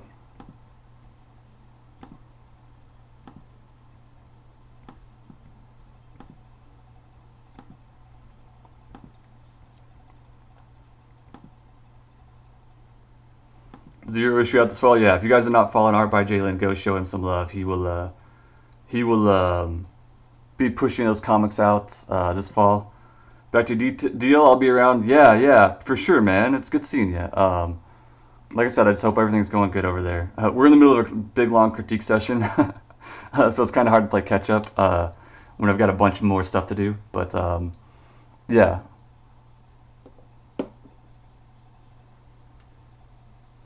what up, heathen? Thank you for dropping those links. Yeah, if you guys are new here, feel free to check out all those links: Gumroad, the store, the webtoons, the social media, all that good stuff. Archer, this is yours? Okay, perfect. Tear it apart. I'm ready to tear this thing apart. Okay, so what do you kind of want to know on this? Um, Blow my top off later? Alright. Alright. Alright, man. This is your crap? No crap. No crap. No say crap. So this is like character design. This is really kind of cool. The kind of the look on it. I know this is really old, but just as a just generally going over it. So obviously, first thing is we're gonna fix is things like proportions, our skull shape. I know it's really cutesy, but that's gonna be the main thing here. Is just going over this really quick. Is going to be let's fix up our proportions a little bit. Kind of keep those even. And like I said, line of action, right? Going through stuff, having that balance. So it looks like she's walking, but if we want to show that, we're going to have to design it completely different with that leg going back here. So obviously this is older art, but in this case, maybe just putting the hand out. I didn't do my line of action, but my line of action is actually going down the front this time, but it's still in that center line. Work on it and you'll get good. There's my advice. Yeah, thank you, dude. I appreciate it, man. Take it easy, heathen. I'll talk to you later, buddy. It'd be super rad. I'm gonna allowed to call it crap. It's over a decade old. Um, Thought she was doing the stanky leg. Maybe she's doing the stanky leg. Could use more cowbell. Okay, we need more cowbell. Okay, so in this case, my line of action is going to be down the front and not the back because I want to bring the chest out a little bit. Same idea though. Keeping that motion in there. It looks like she's kind of doing a walking pose. So even with the legs, line of action, back leg, line of action, arms, line of action, right? If you struggle with doing like this and this feels way too stiff for you, do like sort of like these triangles. All you're trying to do is get this action in there.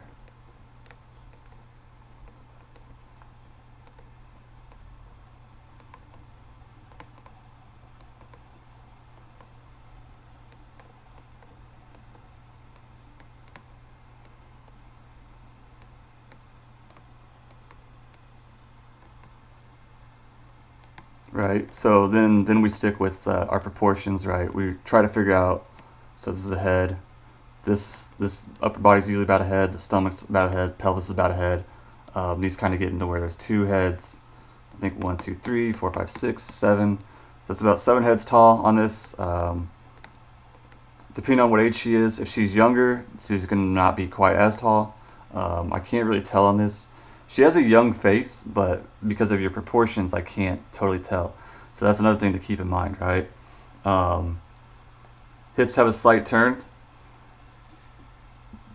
Another thing with this, obviously, is the texture you were using back then. With the graininess, it can be kind of cool to do that, but like the graininess, it kind of fights itself a lot through this, right?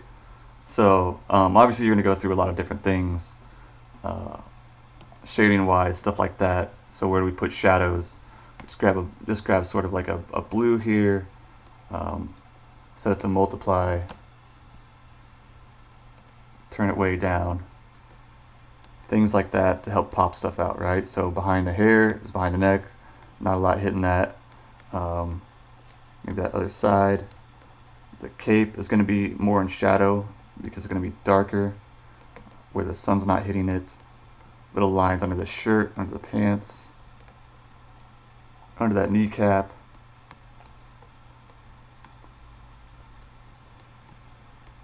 Under the bangs.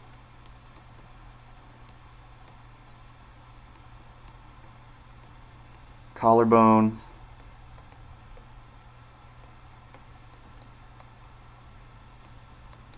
All this stuff, right?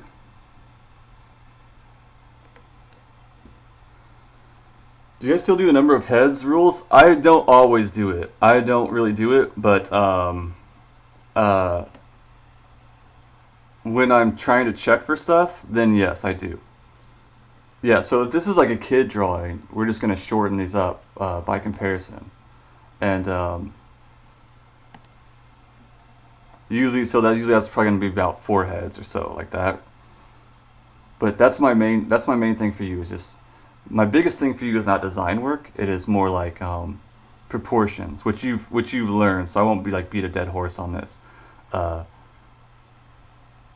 But keeping these lines, or these arms at like a actual sort of like realistic proportion. Like you can measure yourself too, right? Like your hands kind of go down to those mid thighs, but these are like really, really, really long in comparison to that head. She's kind of got almost adult body in parts and then kid body in parts, so it's kind of like a bunch mixed up.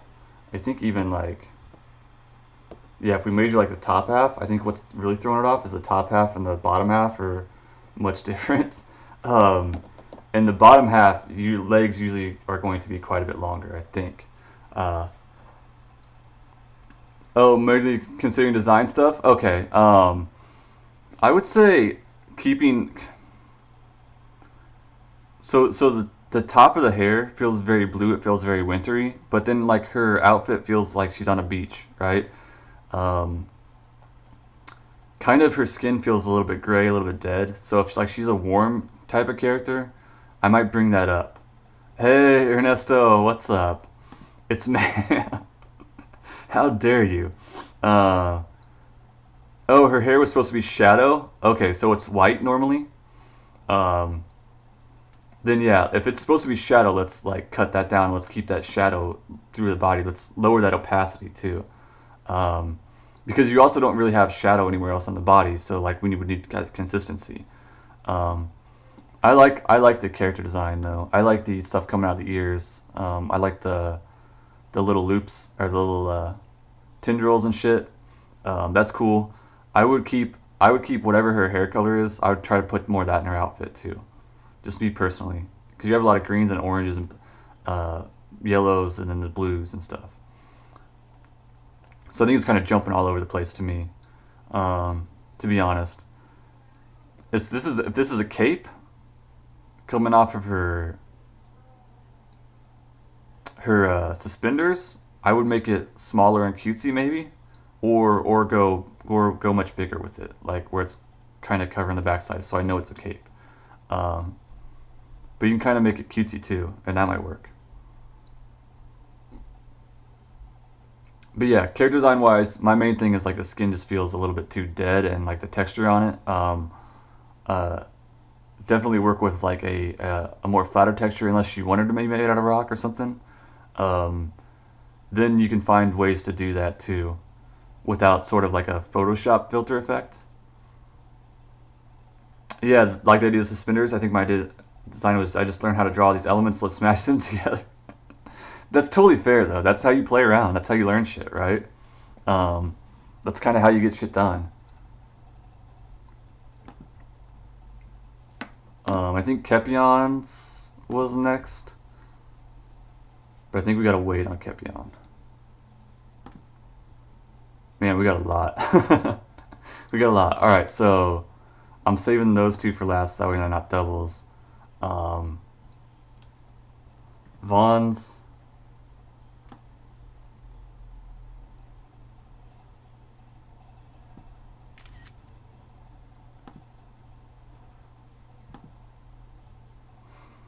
Oh, you are here? You know what? I didn't get it. I didn't get it. Pastel, but I'm gonna try to tinker around with my own brush.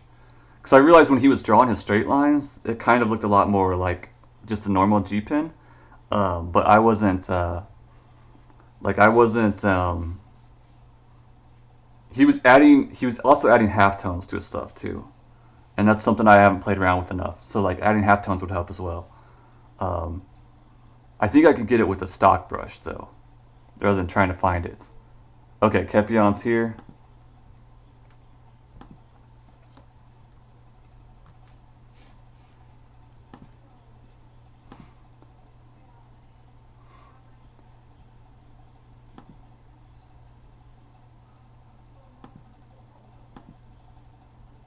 Working while you work on a tree. Yeah, I got you. All right, man. Let's see. We'll load up Kepion's. We'll load up Vaughn's here.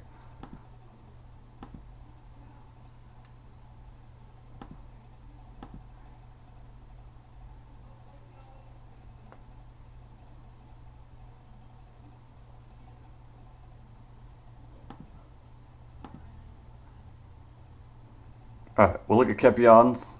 So Kepion, you said mostly the design stuff you want to know about. Um, was this a finished design? Was it half finished or what? Like where were you at in the progress of it? Was it completely done? I think this would look cool. Excuse me. This would look really cool on a like a woodburn piece. Um, I think as it stands right now, it feels a little bit empty. A lot of your circle shapes, they're just lines right now. Yeah, it doesn't look. Yeah, it doesn't look finished. It feels kind of empty. Like there's a lot of cool elements, but it feels kind of empty.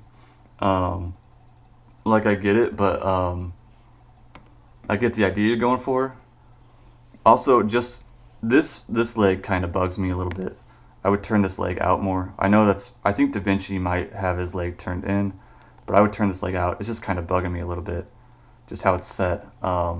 In that, but I would want some stuff up here, or at least circles like within these, to where they're not just flat circles. Just giving them something. a lot of this stuff, right? We could do like different shapes and stuff through here. Things that you've got already going off in your piece.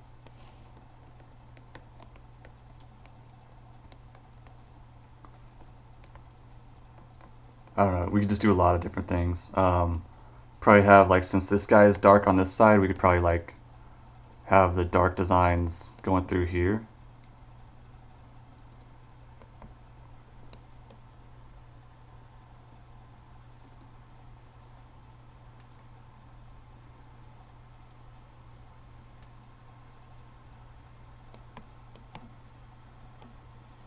Right, just kind of to balance it.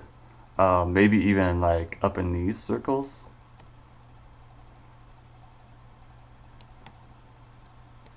Have dark designs. So like, and then this is maybe half and half as well. And these are all white. And they have design work within them. In terms of color, yeah, I think it's a really cool idea. I spent a long time on it, but I don't really know how to color fill it. Color, I would do. What are you like? What are you going for? What are you trying to say with it? Because you have a lot of gears and stuff like that, right? We definitely have like some different thicknesses to these lines as well.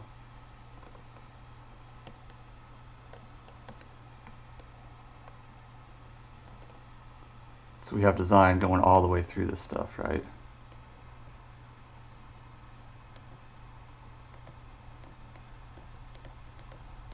Different things that you've already used too. Different things that are already showing up like within him. Now we're using in these.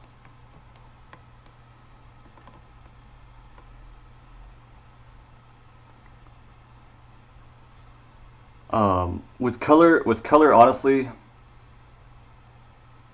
I would say like whatever effect you want, whatever you want to say about the piece. Do you want to say like it's steampunky because you have a lot of gears? Do you want to like go more gold metal? Do you want to throw a sort of a faded worn paper background on the back of it, like a Da Vinci scroll? Do you want it like being kind of golden? Because you could do a lot of gold around the trim and stuff like that.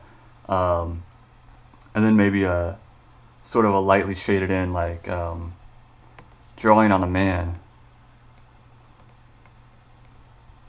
You know, you could kind of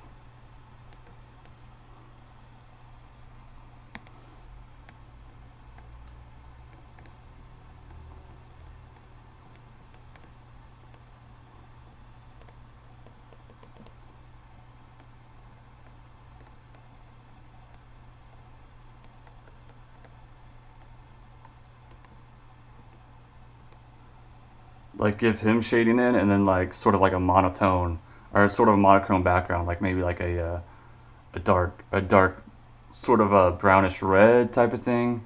Whatever color you want as the guy being lighter, and then throw that on the backgrounds, being like a much darker saturated color.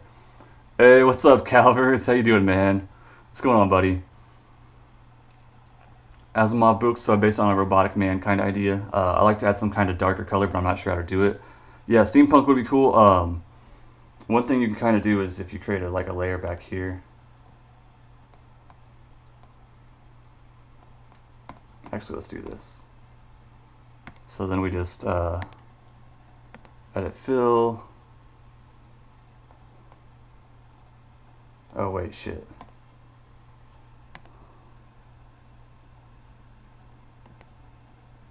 This might not turn out super great, but we can kind of try different ideas, right? So we can mess with different ideas with this stuff, right? I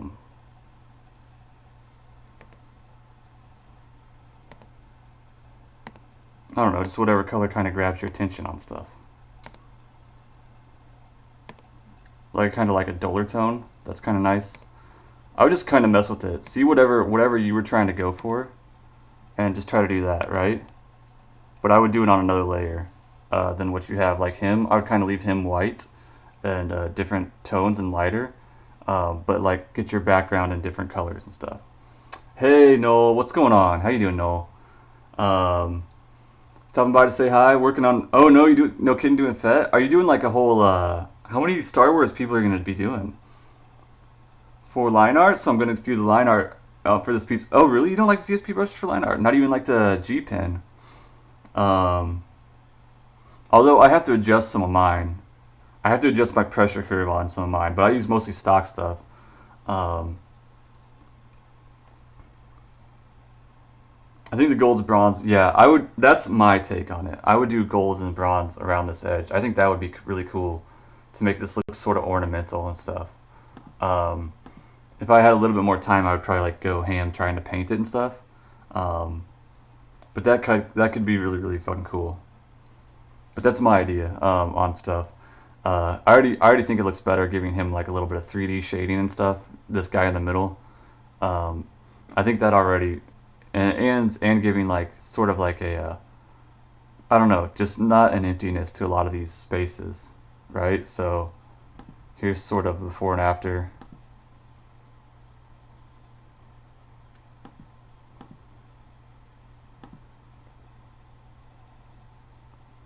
Right, so now you just filling up a lot more space. Though the same for me, I don't think that the ends don't both always fade in and out. Oh, I did have to change my G pin stuff a little bit from the stock stuff. I just did a my brush dynamics. I don't know if you can see this that well. Let me see if I can pop it up. So I just changed my brush dynamics.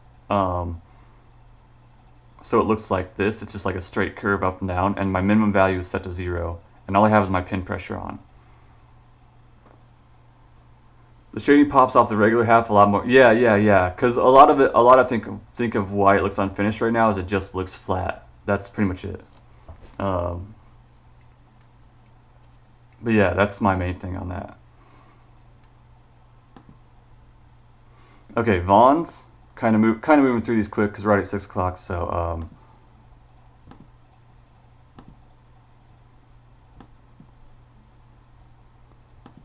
this is Vaughn's driveway. This is Vaughn's driveway here. So Vaughn, you know I love a lot of your squish look on things. My big thing for you, Vaughn, is try to get a little bit more consistency in some of your shapes. I think we talked about with a lot of the giving like fullness and body and stuff, right? Same thing here. Like we can keep it cartoony, but we want to sort of give like consistency within some of these shapes. We just want to keep our lines from sort of folding in on themselves, right?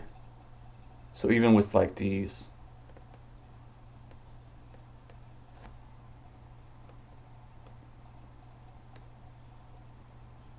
just having shapes that don't kind of like collapse. Even with tires, I think this will really step up your game on making tires and stuff. I know I talked about the ellipse tools and stuff.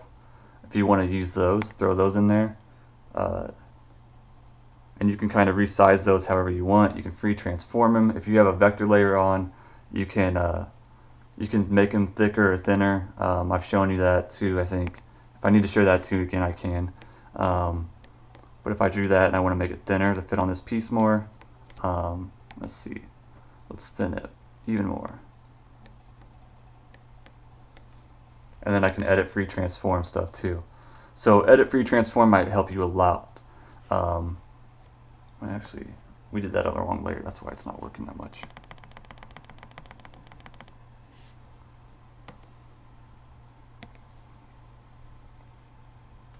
So just things like this tire, right? So this is going to look a lot better.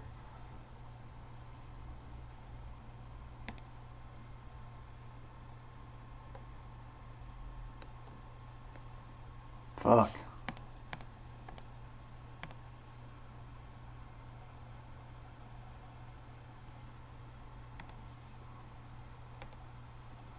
Okay, raster layer. There we go.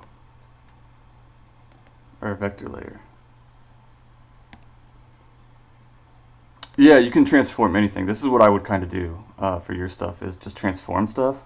I don't know why it keeps eating that up. New vector layer. Let's go. Yeah, the cool look that I like I like that you're doing is like that. It's a very animated look and stuff. Yeah, you can definitely transform these. Um, if I don't like where they're at, so I'll do edit, transform, free transform. So free transform is lets me kind of like move a lot more stuff in. This is really useful with these ellipses and stuff, because then I can kind of just snug them right wherever I need, right? I can move all those little points too. So if I want to do that, right, now that looks so much smoother, man. Um, and this is kind of what I would work on with your stuff. This is what's gonna your stuff. You know, I already like your stuff, and you've done so well with it. But the one thing that I think is holding you back a little bit more is just how much more polished you might be able to get some of your shapes, especially with like auto body stuff. Um, as much as we want it cartoony and we can have it sort of squished, we also want to keep consistency within certain shapes too. So there's a fine balance with that. It's kind of tough to figure out. You learn it over time.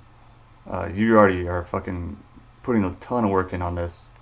Um, like I said, I love the animation and the motion you get with these things. So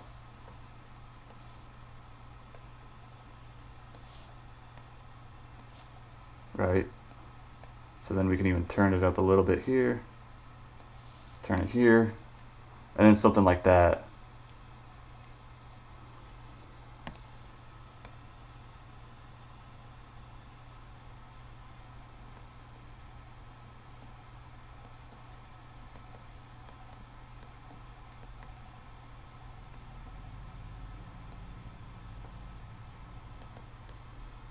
Just kind of like adds that in. Add raw style. That's going to be epic. That's on vector. Yeah, this is on vector. You can do it on raster though. It doesn't matter. The reason I'm putting it on vector right now is, hey Connor, what's up?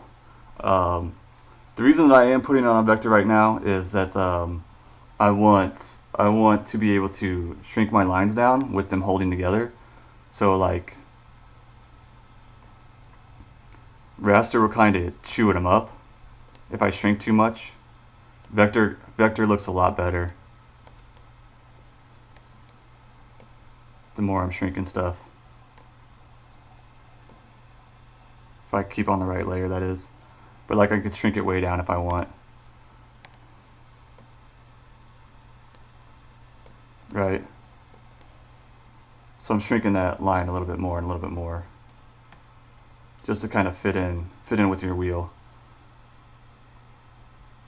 Guess who can't sleep? I'm sorry, dude. Um, all right, so that's quick. My quick thing to you, Vaughn, is just kind of keeping those shapes sort of consistent, using those rulers when you need to. Yeah, absolutely use free transforms. All right, Gobo, you got a crit in there. Oh, Gobo, you don't actually have to use your points during these critique sessions, but I will add that into the list. Um, I'm going to try to plow through these as much as possible because we are a little bit behind. But I will put yours in the list. Thank you for sure, Gobo. Okay, then we have this character design here.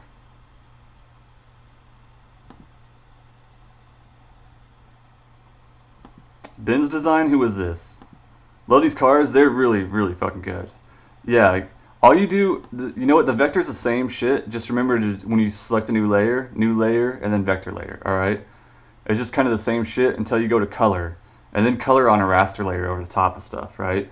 But I know you don't always work that way, but you can also do your shapes in a vector layer and then merge it down to your raster layer if you want to work that way too. Like once you transform and you thicken, thin, and do everything you need to do, you can change it to a raster layer if you want, and you can merge all your layers together.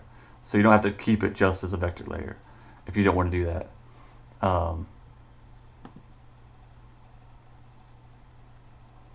Alright, so Ben's design. Whose was this?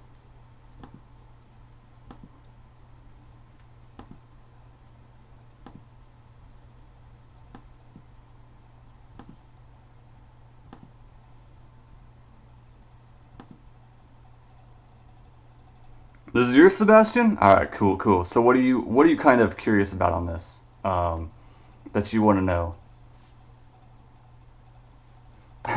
I love this. I fucking love this, man.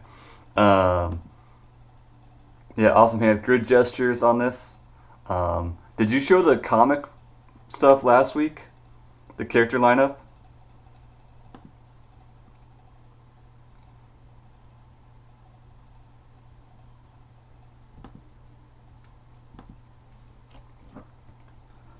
Okay, so just in general, if I'm just gonna start critting on this, oh, that wasn't yours. Okay, never mind then.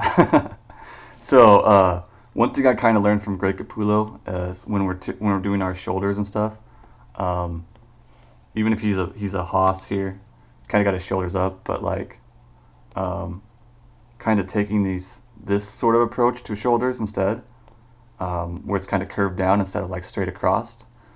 That way there's like a little bit of sag and a little bit of weight. Also, this kind of goes into the proportion argument. Measuring on ourselves, like the end of my bicep kind of matches a little bit where the belly button is. My hands kind of come down to the mid thighs. So just measuring on yourself, right? Uh, Getting those proportions in, getting those proportions a little bit better. Even if he's got a hand up like this, we still kind of take into consideration that's going to be a little bit lower than where you got him, right? You're iffy on the hair, yeah, okay. Although if that's what he's supposed to be, is a conspiracy theorist, I think the hair works. To be totally honest, I don't know what you feel iffy on with it. If you want him to be crazy, unkempt, stayed up all night, reading books and stuff. So we got one head, two heads, three heads, four heads, five. So it looks like we're kind of pretty good on that. I think the hair works, but all your proportions actually look really good on these guys. Um, the Charlie reference is awesome. Yo, lady, what's up? How you doing, lady? Have consistency for a character sheet. Is this too hard to do? Maybe. The one thing I would say is it looks like you have a lot of detail in this, with scribbles and stuff like that, and we may not need like that much, right? So your last panel looks a lot easier to draw. If you're drawing this as a comic or an animation, um, let's remember like how much detail we have, what we might be able to get away with. We're going to have to draw this every panel, right? Hey, how did it go? How did it go, Jay? Pretty sick. Aw, really? Finally got out of the bed, though? What did you have, like a flu or just feeling sick from autoimmune stuff? Or what? Hey, Flethling, what's up, buddy? How you doing, man? It's for commenting. Okay, okay. So I would keep these kind of bigger strands, right? It's going to be easier to draw, easier to remember. Um, as far as curls and stuff, then going through here and scratching out a bunch of stuff, right? You can get away with this, but I think this that you have at the bottom, I think this looks a lot better. So like something like this is great. It works so much better, and you can have the hair sort of poofing out different directions, right? We don't even need to go all in detail with it.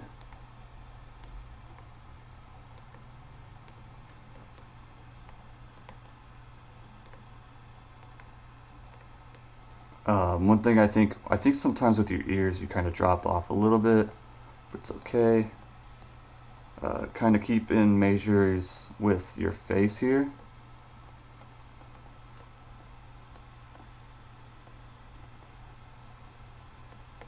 So maybe we have a little bit more room in this jaw area back here when you're drawing these characters, because I think up here your ears, I think it's just your jaws that kind of giving them a little bit more room in the skull, basically. So a skull,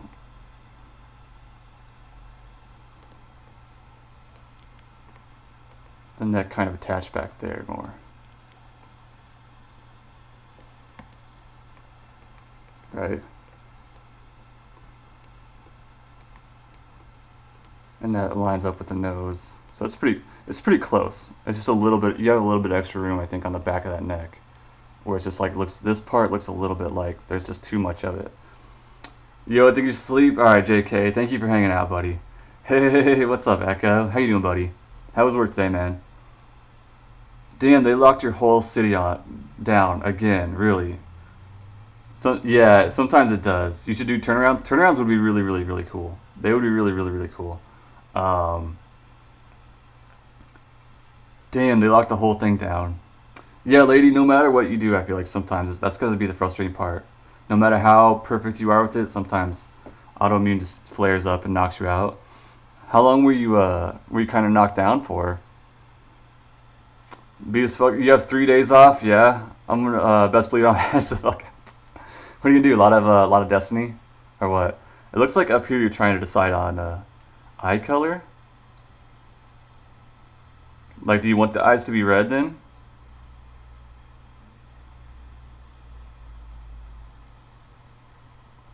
But yeah, I'm not gonna critique your folds so much because I feel like that works with your style. Your style is a very angular style too. Going for the red jacket, but it made him too sporty. Yeah, okay, I can see that. Versus the brown, I think the brown jacket works for, the browns and the greens work for like that, sort of like that journalism conspiracy theorist look, right? Um, but yeah, I think, kind of keep in mind sort of your hair stuff. I know I didn't do like a perfect job on this, uh, with it going crazy and stuff like that. I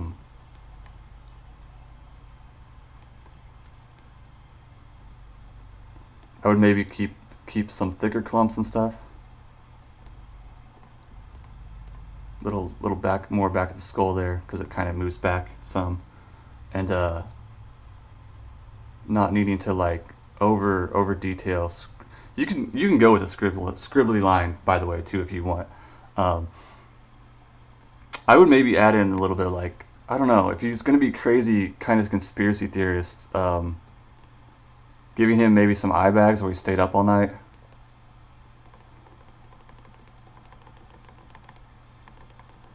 A little bit of like maybe like a unshaved look. Try some things like that.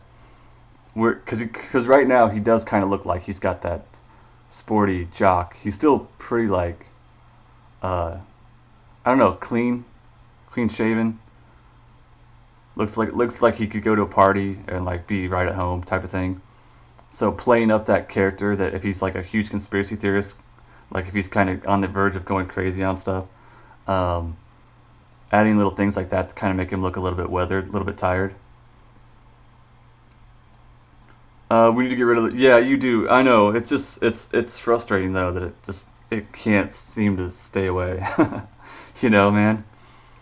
Nothing but running and shooting drills. Yeah. Did you end up taking your mask? I want to make it look like he has ego. Okay, not super Okay, not super crazy. He just likes that. Okay, well his look says a lot of ego. What I would do is just like keep this jaw, give him more room on the jaw though, like over here, right? So we gave him more room on the jaw, a little more room to that face. Because that'll say ego right there, or that'll say pride. I mean, typically people associate that jaw strength with confidence and strength, right? Um, so that'll be part of it. Ribs swell up as well and stops my lungs from full. Oh, really? It gets harder to get better. Some sort of breath, so I can't work out. Oh, yeah. So you have to just kind of chill, right? I'm sorry, lady. I'm glad you're feeling a little bit better now, but I'm really, really sorry. Um, I know you always have like a really good outlook on shit though, but it's good to see you again though. But yeah, those are my quick thoughts, proportions, things like that. Oh, I see. This is your old design. I definitely like the messy hair. I think you're good with the messy hair, though. I think that's good. Just watching proportions, giving a little bit more room on his head and stuff. Um, all right, so we're gonna move on really quick to the next one because we still have about 4 or 5 here to go. Um, I hope I'm still able to teach you guys some stuff, even though we're moving really fast. Okay, this is logic stuff. Logic, first time submitting today. Thank you for submitting, buddy. I know it wasn't super easy to do that, but you did, so I appreciate you. I'm proud of you. Strong jawline. Where the hell's my confidence? I still lost it. But other people will think you're confident, as long as you just don't tell them you aren't. Health regimen, because if I slipped, I could be doomed for a week. Yeah, I know. I kind of have a situation like that too, and it sucks. It just feels like you're constantly on the edge of it. Um, yeah, it's tough, but you always have a really positive outlook on things too. Um, okay, this looks like something you probably drew off of reference, I'm guessing.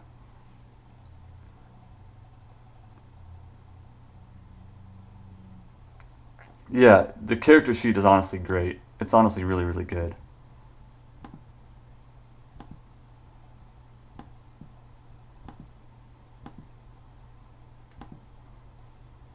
Hey, Sailor Moon Girl, what's up? How you doing over there? How's your day going? We're doing good. We're doing good. We're doing critique sessions right now. Um, kind of plowing through these at the moment.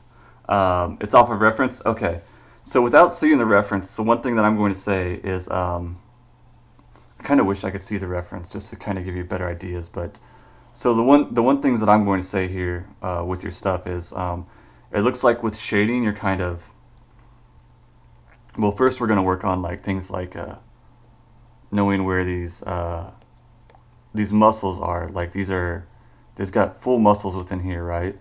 So if she's got her hand to the side, um, kind of figuring out where that elbow would be. Which, like I said, if you put your hand down the side, you can kind of figure it out. Um, mental flex, yeah, mental flex. There you go, there you go. Doing good. What you get up to today, Sailor Moon? Okay, so then we got we divide the body in half, kind of keep it there. Um, you have a really interesting style of shading, and there's nothing wrong with this, but damn it, I wanted that color. But it can kind of get a little like to where it looks like fur or fuzziness instead of shading, right? There's a lot of things that you're doing really good with it, but there's a lot of things that you can kind of work on to keep consistency. Um, so instead of sketching like this with your lines, right? Um, well, like you have here, right? Try like different line weights. Try not making them look so fuzzy because it kind of looks like you're doing this. Kind of looks like you're going backwards. Um, the reason why it's hard for me to duplicate this is because no, you're not terrible at all actually. The reason why it's actually been hard for me to duplicate how your line's doing is because I trained myself to not draw like this, and this kind of looks like what I'm guessing you're doing. And a lot of times that is you're going forward and you're going backwards and you're kind of sketching, right? Versus just going forward, right? So you can do a lot of that stuff. And it'll end up actually looking a lot different than up here. Kind of looks like you're kind of sketching forward and backwards. Um, so practicing those things, practicing your line techniques, would be really, really, really good for you right now. Um, like I said, just kind of keeping consistent lines kind of consistent between each other. Um, Man, I wish I could see the references, kind of figure out where you're at with stuff. Okay, palms. So palms here, right? If we measure here, this is probably going to be where that belly button kind of goes where that elbow is. So the hand is probably much further down here, I'm guessing, unless it's foreshortened. When we draw our hands, one thing to watch is that you have your palm super extended back here. But one thing to try to remember with hands is they kind of are in a 1-to-1 proportion. So if we have palms and we have fingers, the middle finger at least, usually this is about that same length, right? So if we had these full stretched out, that palm, we kind of keep it in that 1-to-1, right? So we need this to be a little bit shorter. Um, Happens to me too with shading. Yeah, shading is really really tough though. It is really really tough though. I could comment a lot more if I could figure out what your reference looked like on stuff, but it looks like you're trying to get in these dark areas. One thing to try to do is find your lightest lights and your darkest darks, and then find an in between spot, because this probably won't be your darkest dark as it is here, right? Same thing here. Probably won't be your darkest dark as it is here. There might be some specular highlights right up here. There might be highlights that go across here, with all those landmarks, but you'll learn that as you go.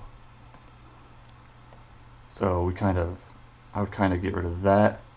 One thing I kind of want you to do is focus on your anatomy shapes though, and that'll also help you.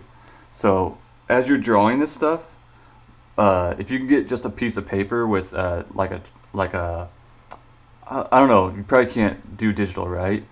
But one thing you can do is like get magazines with people in it, old magazines that nobody wants, and you can kind of trace over contour lines of the body, so you can get used to. You're doing it here with your shading, like you already are doing it, but this will kind of teach you where that light's going to hit and where it's not, right?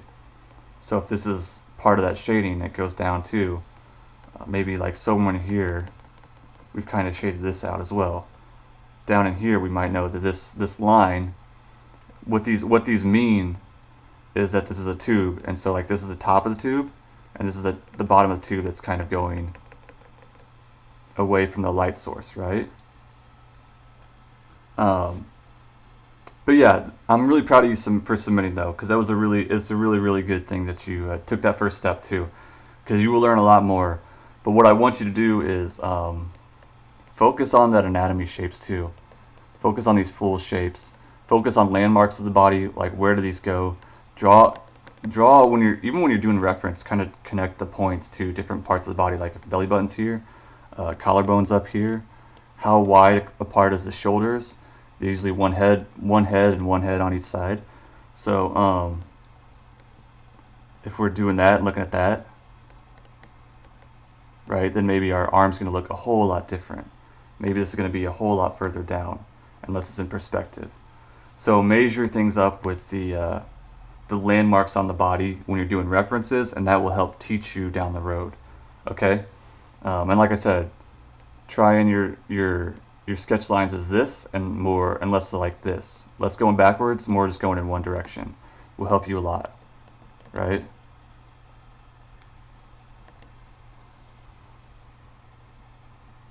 You can also try, instead of like these hatch marks, you can try like you just using the side of your pencil, and kind of going in and blending too, right? Or rubbing it with your finger, like a blend tool would be.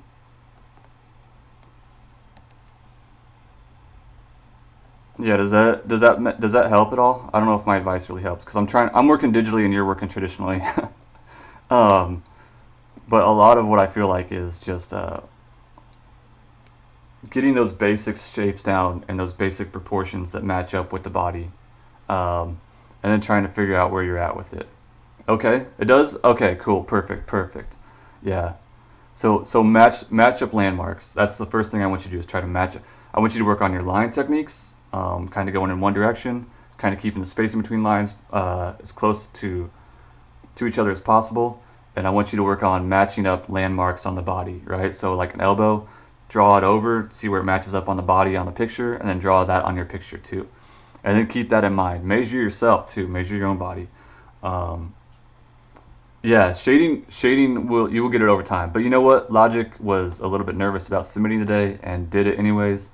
And that is like the biggest step in all of this that Logic took, was putting their work out there, to be critted on when they weren't totally feeling sure of it, and they're putting it on Instagram, and that's like what a lot of people won't do, you know?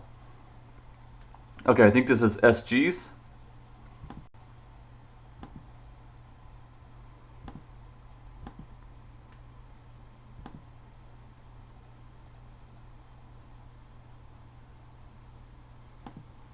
All right, SG, what you wanting here?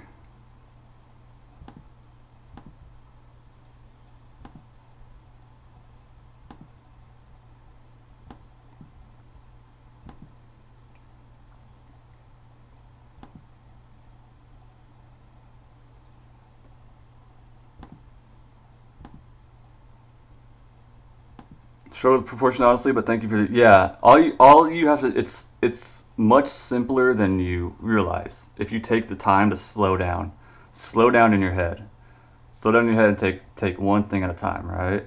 And it's much simpler than you will realize. Um, okay, so this is SG's artwork. I know SG loves loves his lens flares and his color dodges over there, and I'm all about that. Um, so we'll kind of get into this.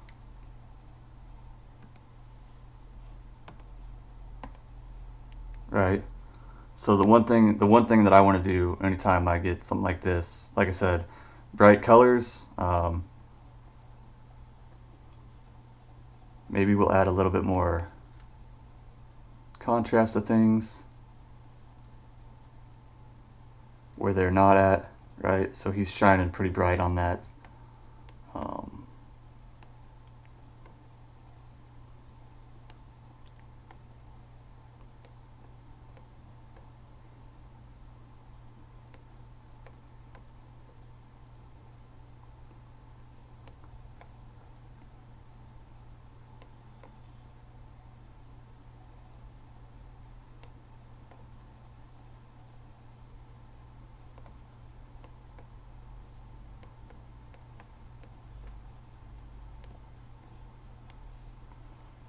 so I kind of want to make so much more of this. I want to make so much more of this darker than you got it on this side where that light's not hitting, right? Heading out, yo, Kepion, have a good night, man. Thank you for hanging out, dude. I appreciate you. I appreciate you. Go have a good night. Thank you for being here. All that good stuff.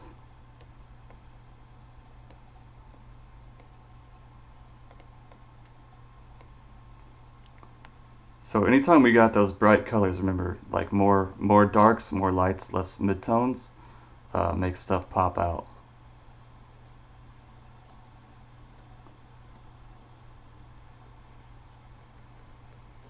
Right?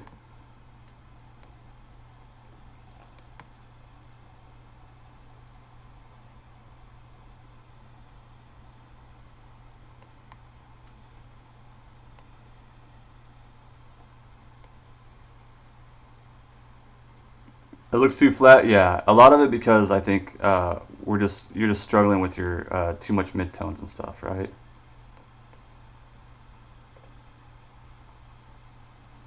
And that bridge of that nose that just doesn't get hit.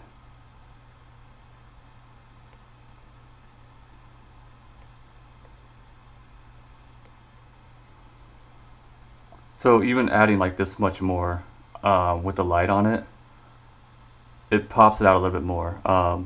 I think also your color values are just a little bit too close together. Um,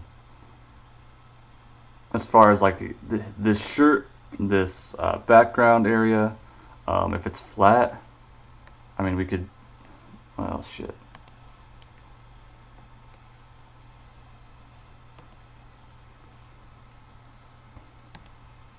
If it's flat, we could always throw like a little bit of shadow back here.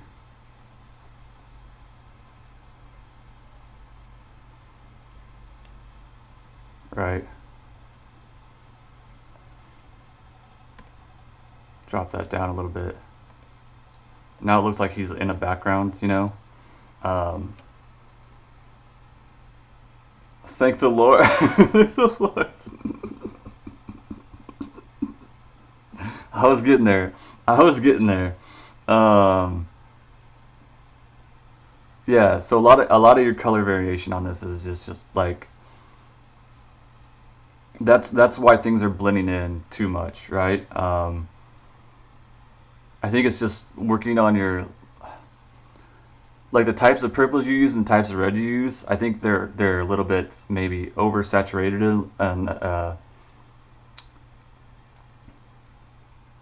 sort of bright, and that's not leaving you a lot of room to play with.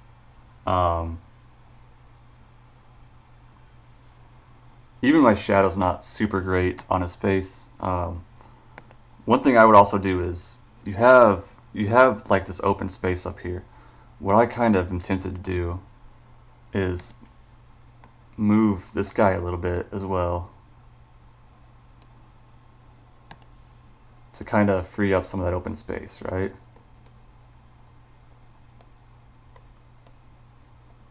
I don't want him clipping in, but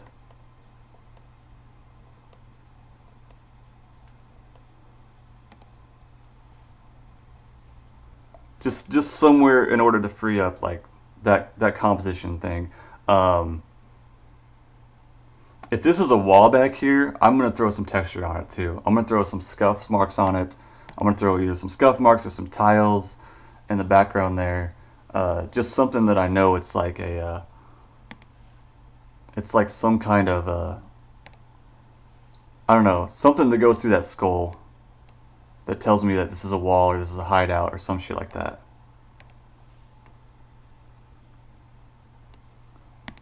Fuck it.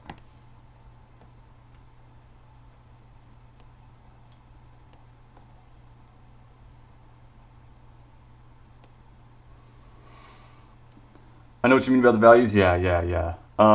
So values, a little bit of composition stuff, composition work. Adding, like I said, I would add like some tiles, maybe like little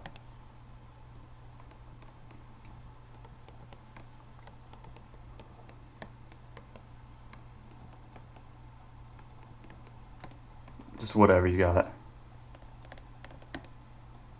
Or you could do like little scratch marks on stuff.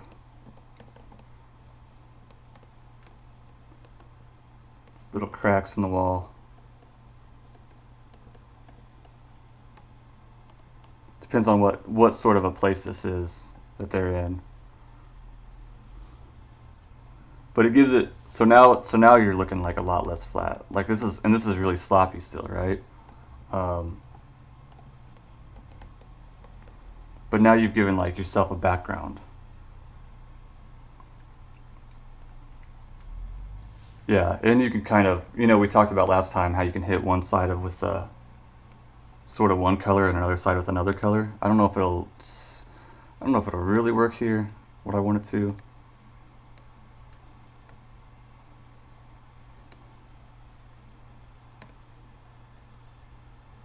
But sometimes you can double up on that. And that I would hit with another color, not a white. But you kind of see how it like adds another element to the back there. It's like a little bit of like light that's reflected off something else. In this case, that might not work as well. You have to go rest now, yo, lady. Thank you for hanging out. I appreciate that a ton. Good to see you. I hope that you get some rest and you recover. All right. Stay healthy, okay?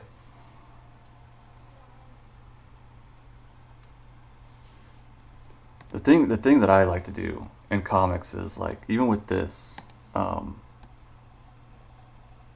I know that there's not a shadow really here, but sometimes I like to sort of like block out these backgrounds. That way my eye is focused on him a lot more. You think he should be smaller? The little guy on his shoulder, by his shoulder? Or him? I think if anything, your main character should probably be bigger, actually. Probably take up more room. Because if he's smaller, you're gonna have a lot. You got a lot of room left over. And I kind of want his head to kind of be up here, you know. I think you can show him bigger, yeah. But yeah, does that one help you? Hope that made a little bit of sense. But things just like throwing like texture into the walls, like Jalen is saying, color variation, color variation on stuff, kind of will help out too. When there's a bright light source, having that bright, so that lower areas of middle ground here, more darks, more lights, helps really bring that light source to another level of intensity. Values, composition, background, yeah. Work on kind of like the saturation levels that you pick out your shirts too and stuff, your shirts and clothing and stuff.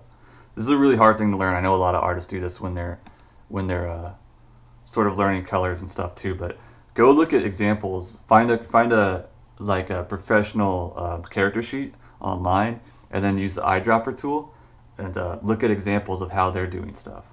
You know, Pick the eyedropper on what they're using and figure out where it is. Hey Scooters, what's up, Danny? How you guys doing? What's going on, everybody? We are nearing. Well, I don't want to say nearing the end, but I think we got a few more to go. We are doing our critique session today. I think we got quite a few more to go. Let's see. I want to get this one in that Gobo submitted. It's still in kind of early stages.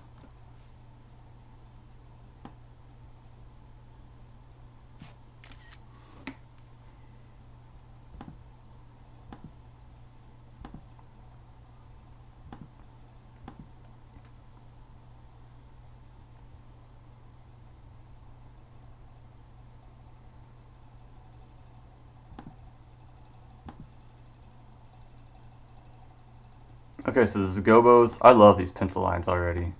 These look really great. What were you thinking about this one, Gobo? Because I think you're actually looking really good right now. But what's your ideas for this?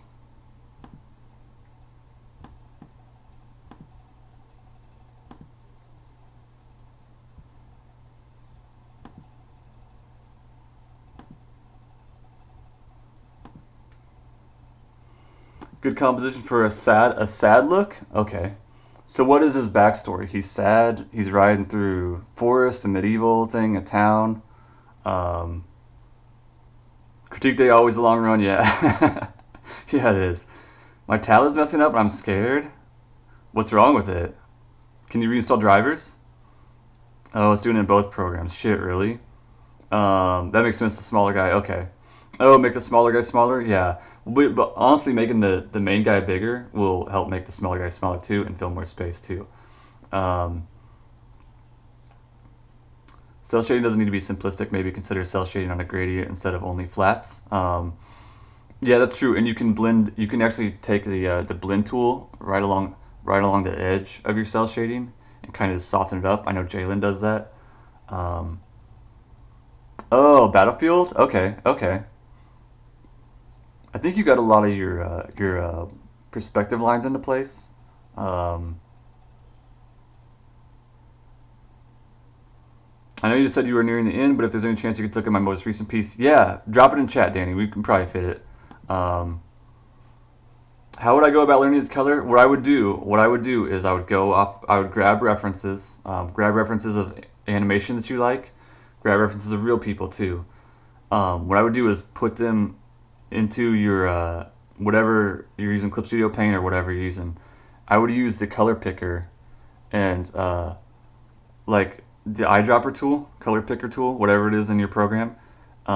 See if I hold my hotkey, it turns to that. I don't know if you can see it, but it turns this little eyedropper tool, and eyedropper the different colors on stuff, and look at where that shows up on your color wheel.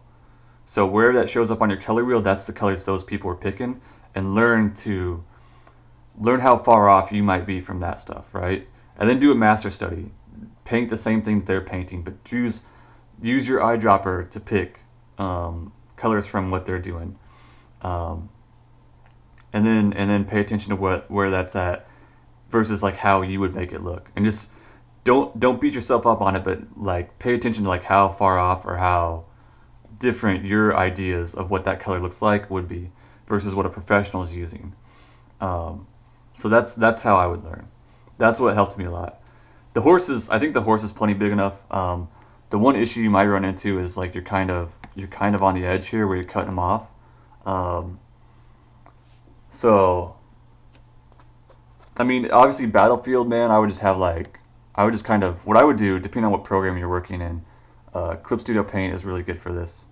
If you have, like I said, I showed you guys those tools with the ellipse and stuff like that, but it'll go into perspective like that. So I would just kind of lay these out and sort of make a composition like where these would be bodies or objects, and just see how all that adds up composition wise, right? So maybe have like some houses back here kind of torn down. If we're looking this way, what I'm thinking is like edge of the battlefield. It would be cool like sort of a gray sort of gray sky with like maybe the sun's kind of going down back here. We don't see the sun, but we see kind of like clouds, and maybe like a sort of it's much brighter white, sort of in this area, and then kind of like to a gray blue as it goes out, right? Then we have trees. I would put some trees. I would put like things like wagons.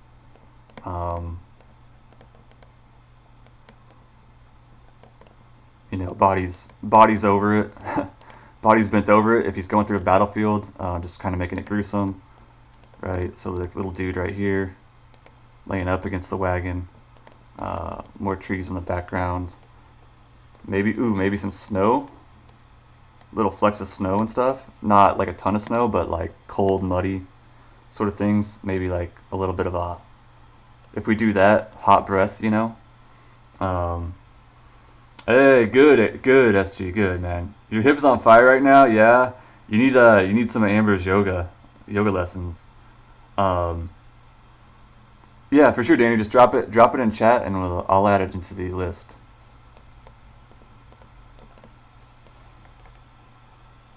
Because I think the last couple ones we got are people that already submitted, so I can, if I go too long, I don't have to do theirs, right?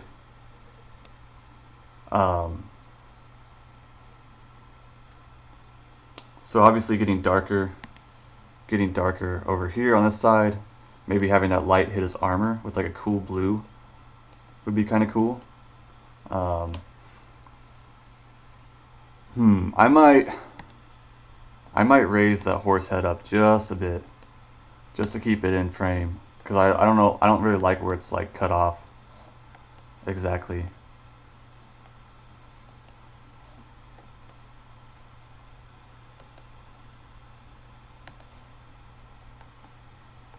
I think they sit a little bit closer to the neck, right?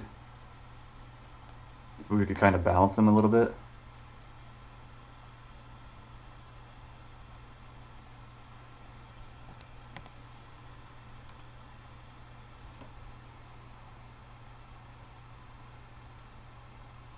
I'm trying to think. I might give a little bit more room to the back and front of them too. Just a little bit. Like the snow idea, yeah. I'm thinking cold and muddy would be really good. Cold and muddy, lots of blues and grays and like silvery looking things. Which you could do that. You could do that and throw in like a little bit of fires. They could add like some warmth to it too, as contrast. Oh, can you post it? I won't be able to check my email, Danny. Can you post a link in chat at all, like a JPEG at all? Is that okay? Go to Imager or something like that and post a link, upload something. I won't be able to check my email or anything during that stream. It just will slow me down way too much to download something and go check email and stuff.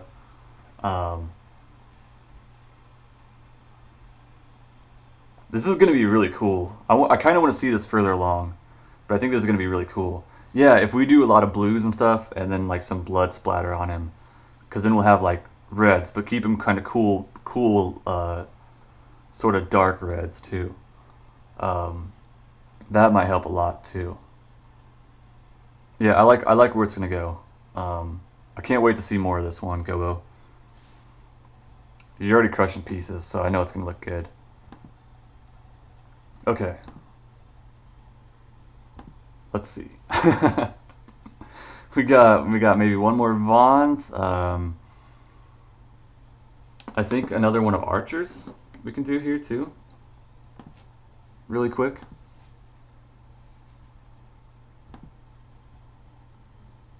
Much newer piece.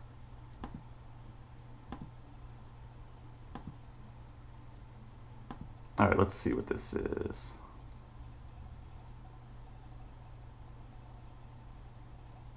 Oh, this is really cool. All right, let me see if I can get this. All right, let's do Danny's really quick if we can. Shit. All right, I'll have to screen cap it, but that should be okay. For critiques, that should be okay. It's very badass though.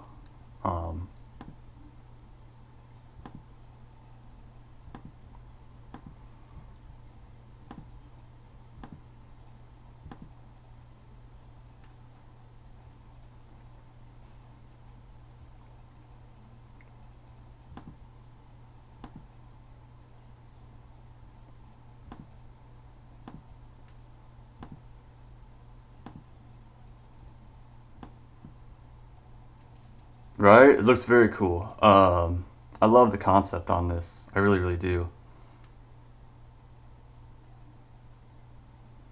It's sort of like a good cop, bad cop type of thing, but with cats and dogs. um, all right, so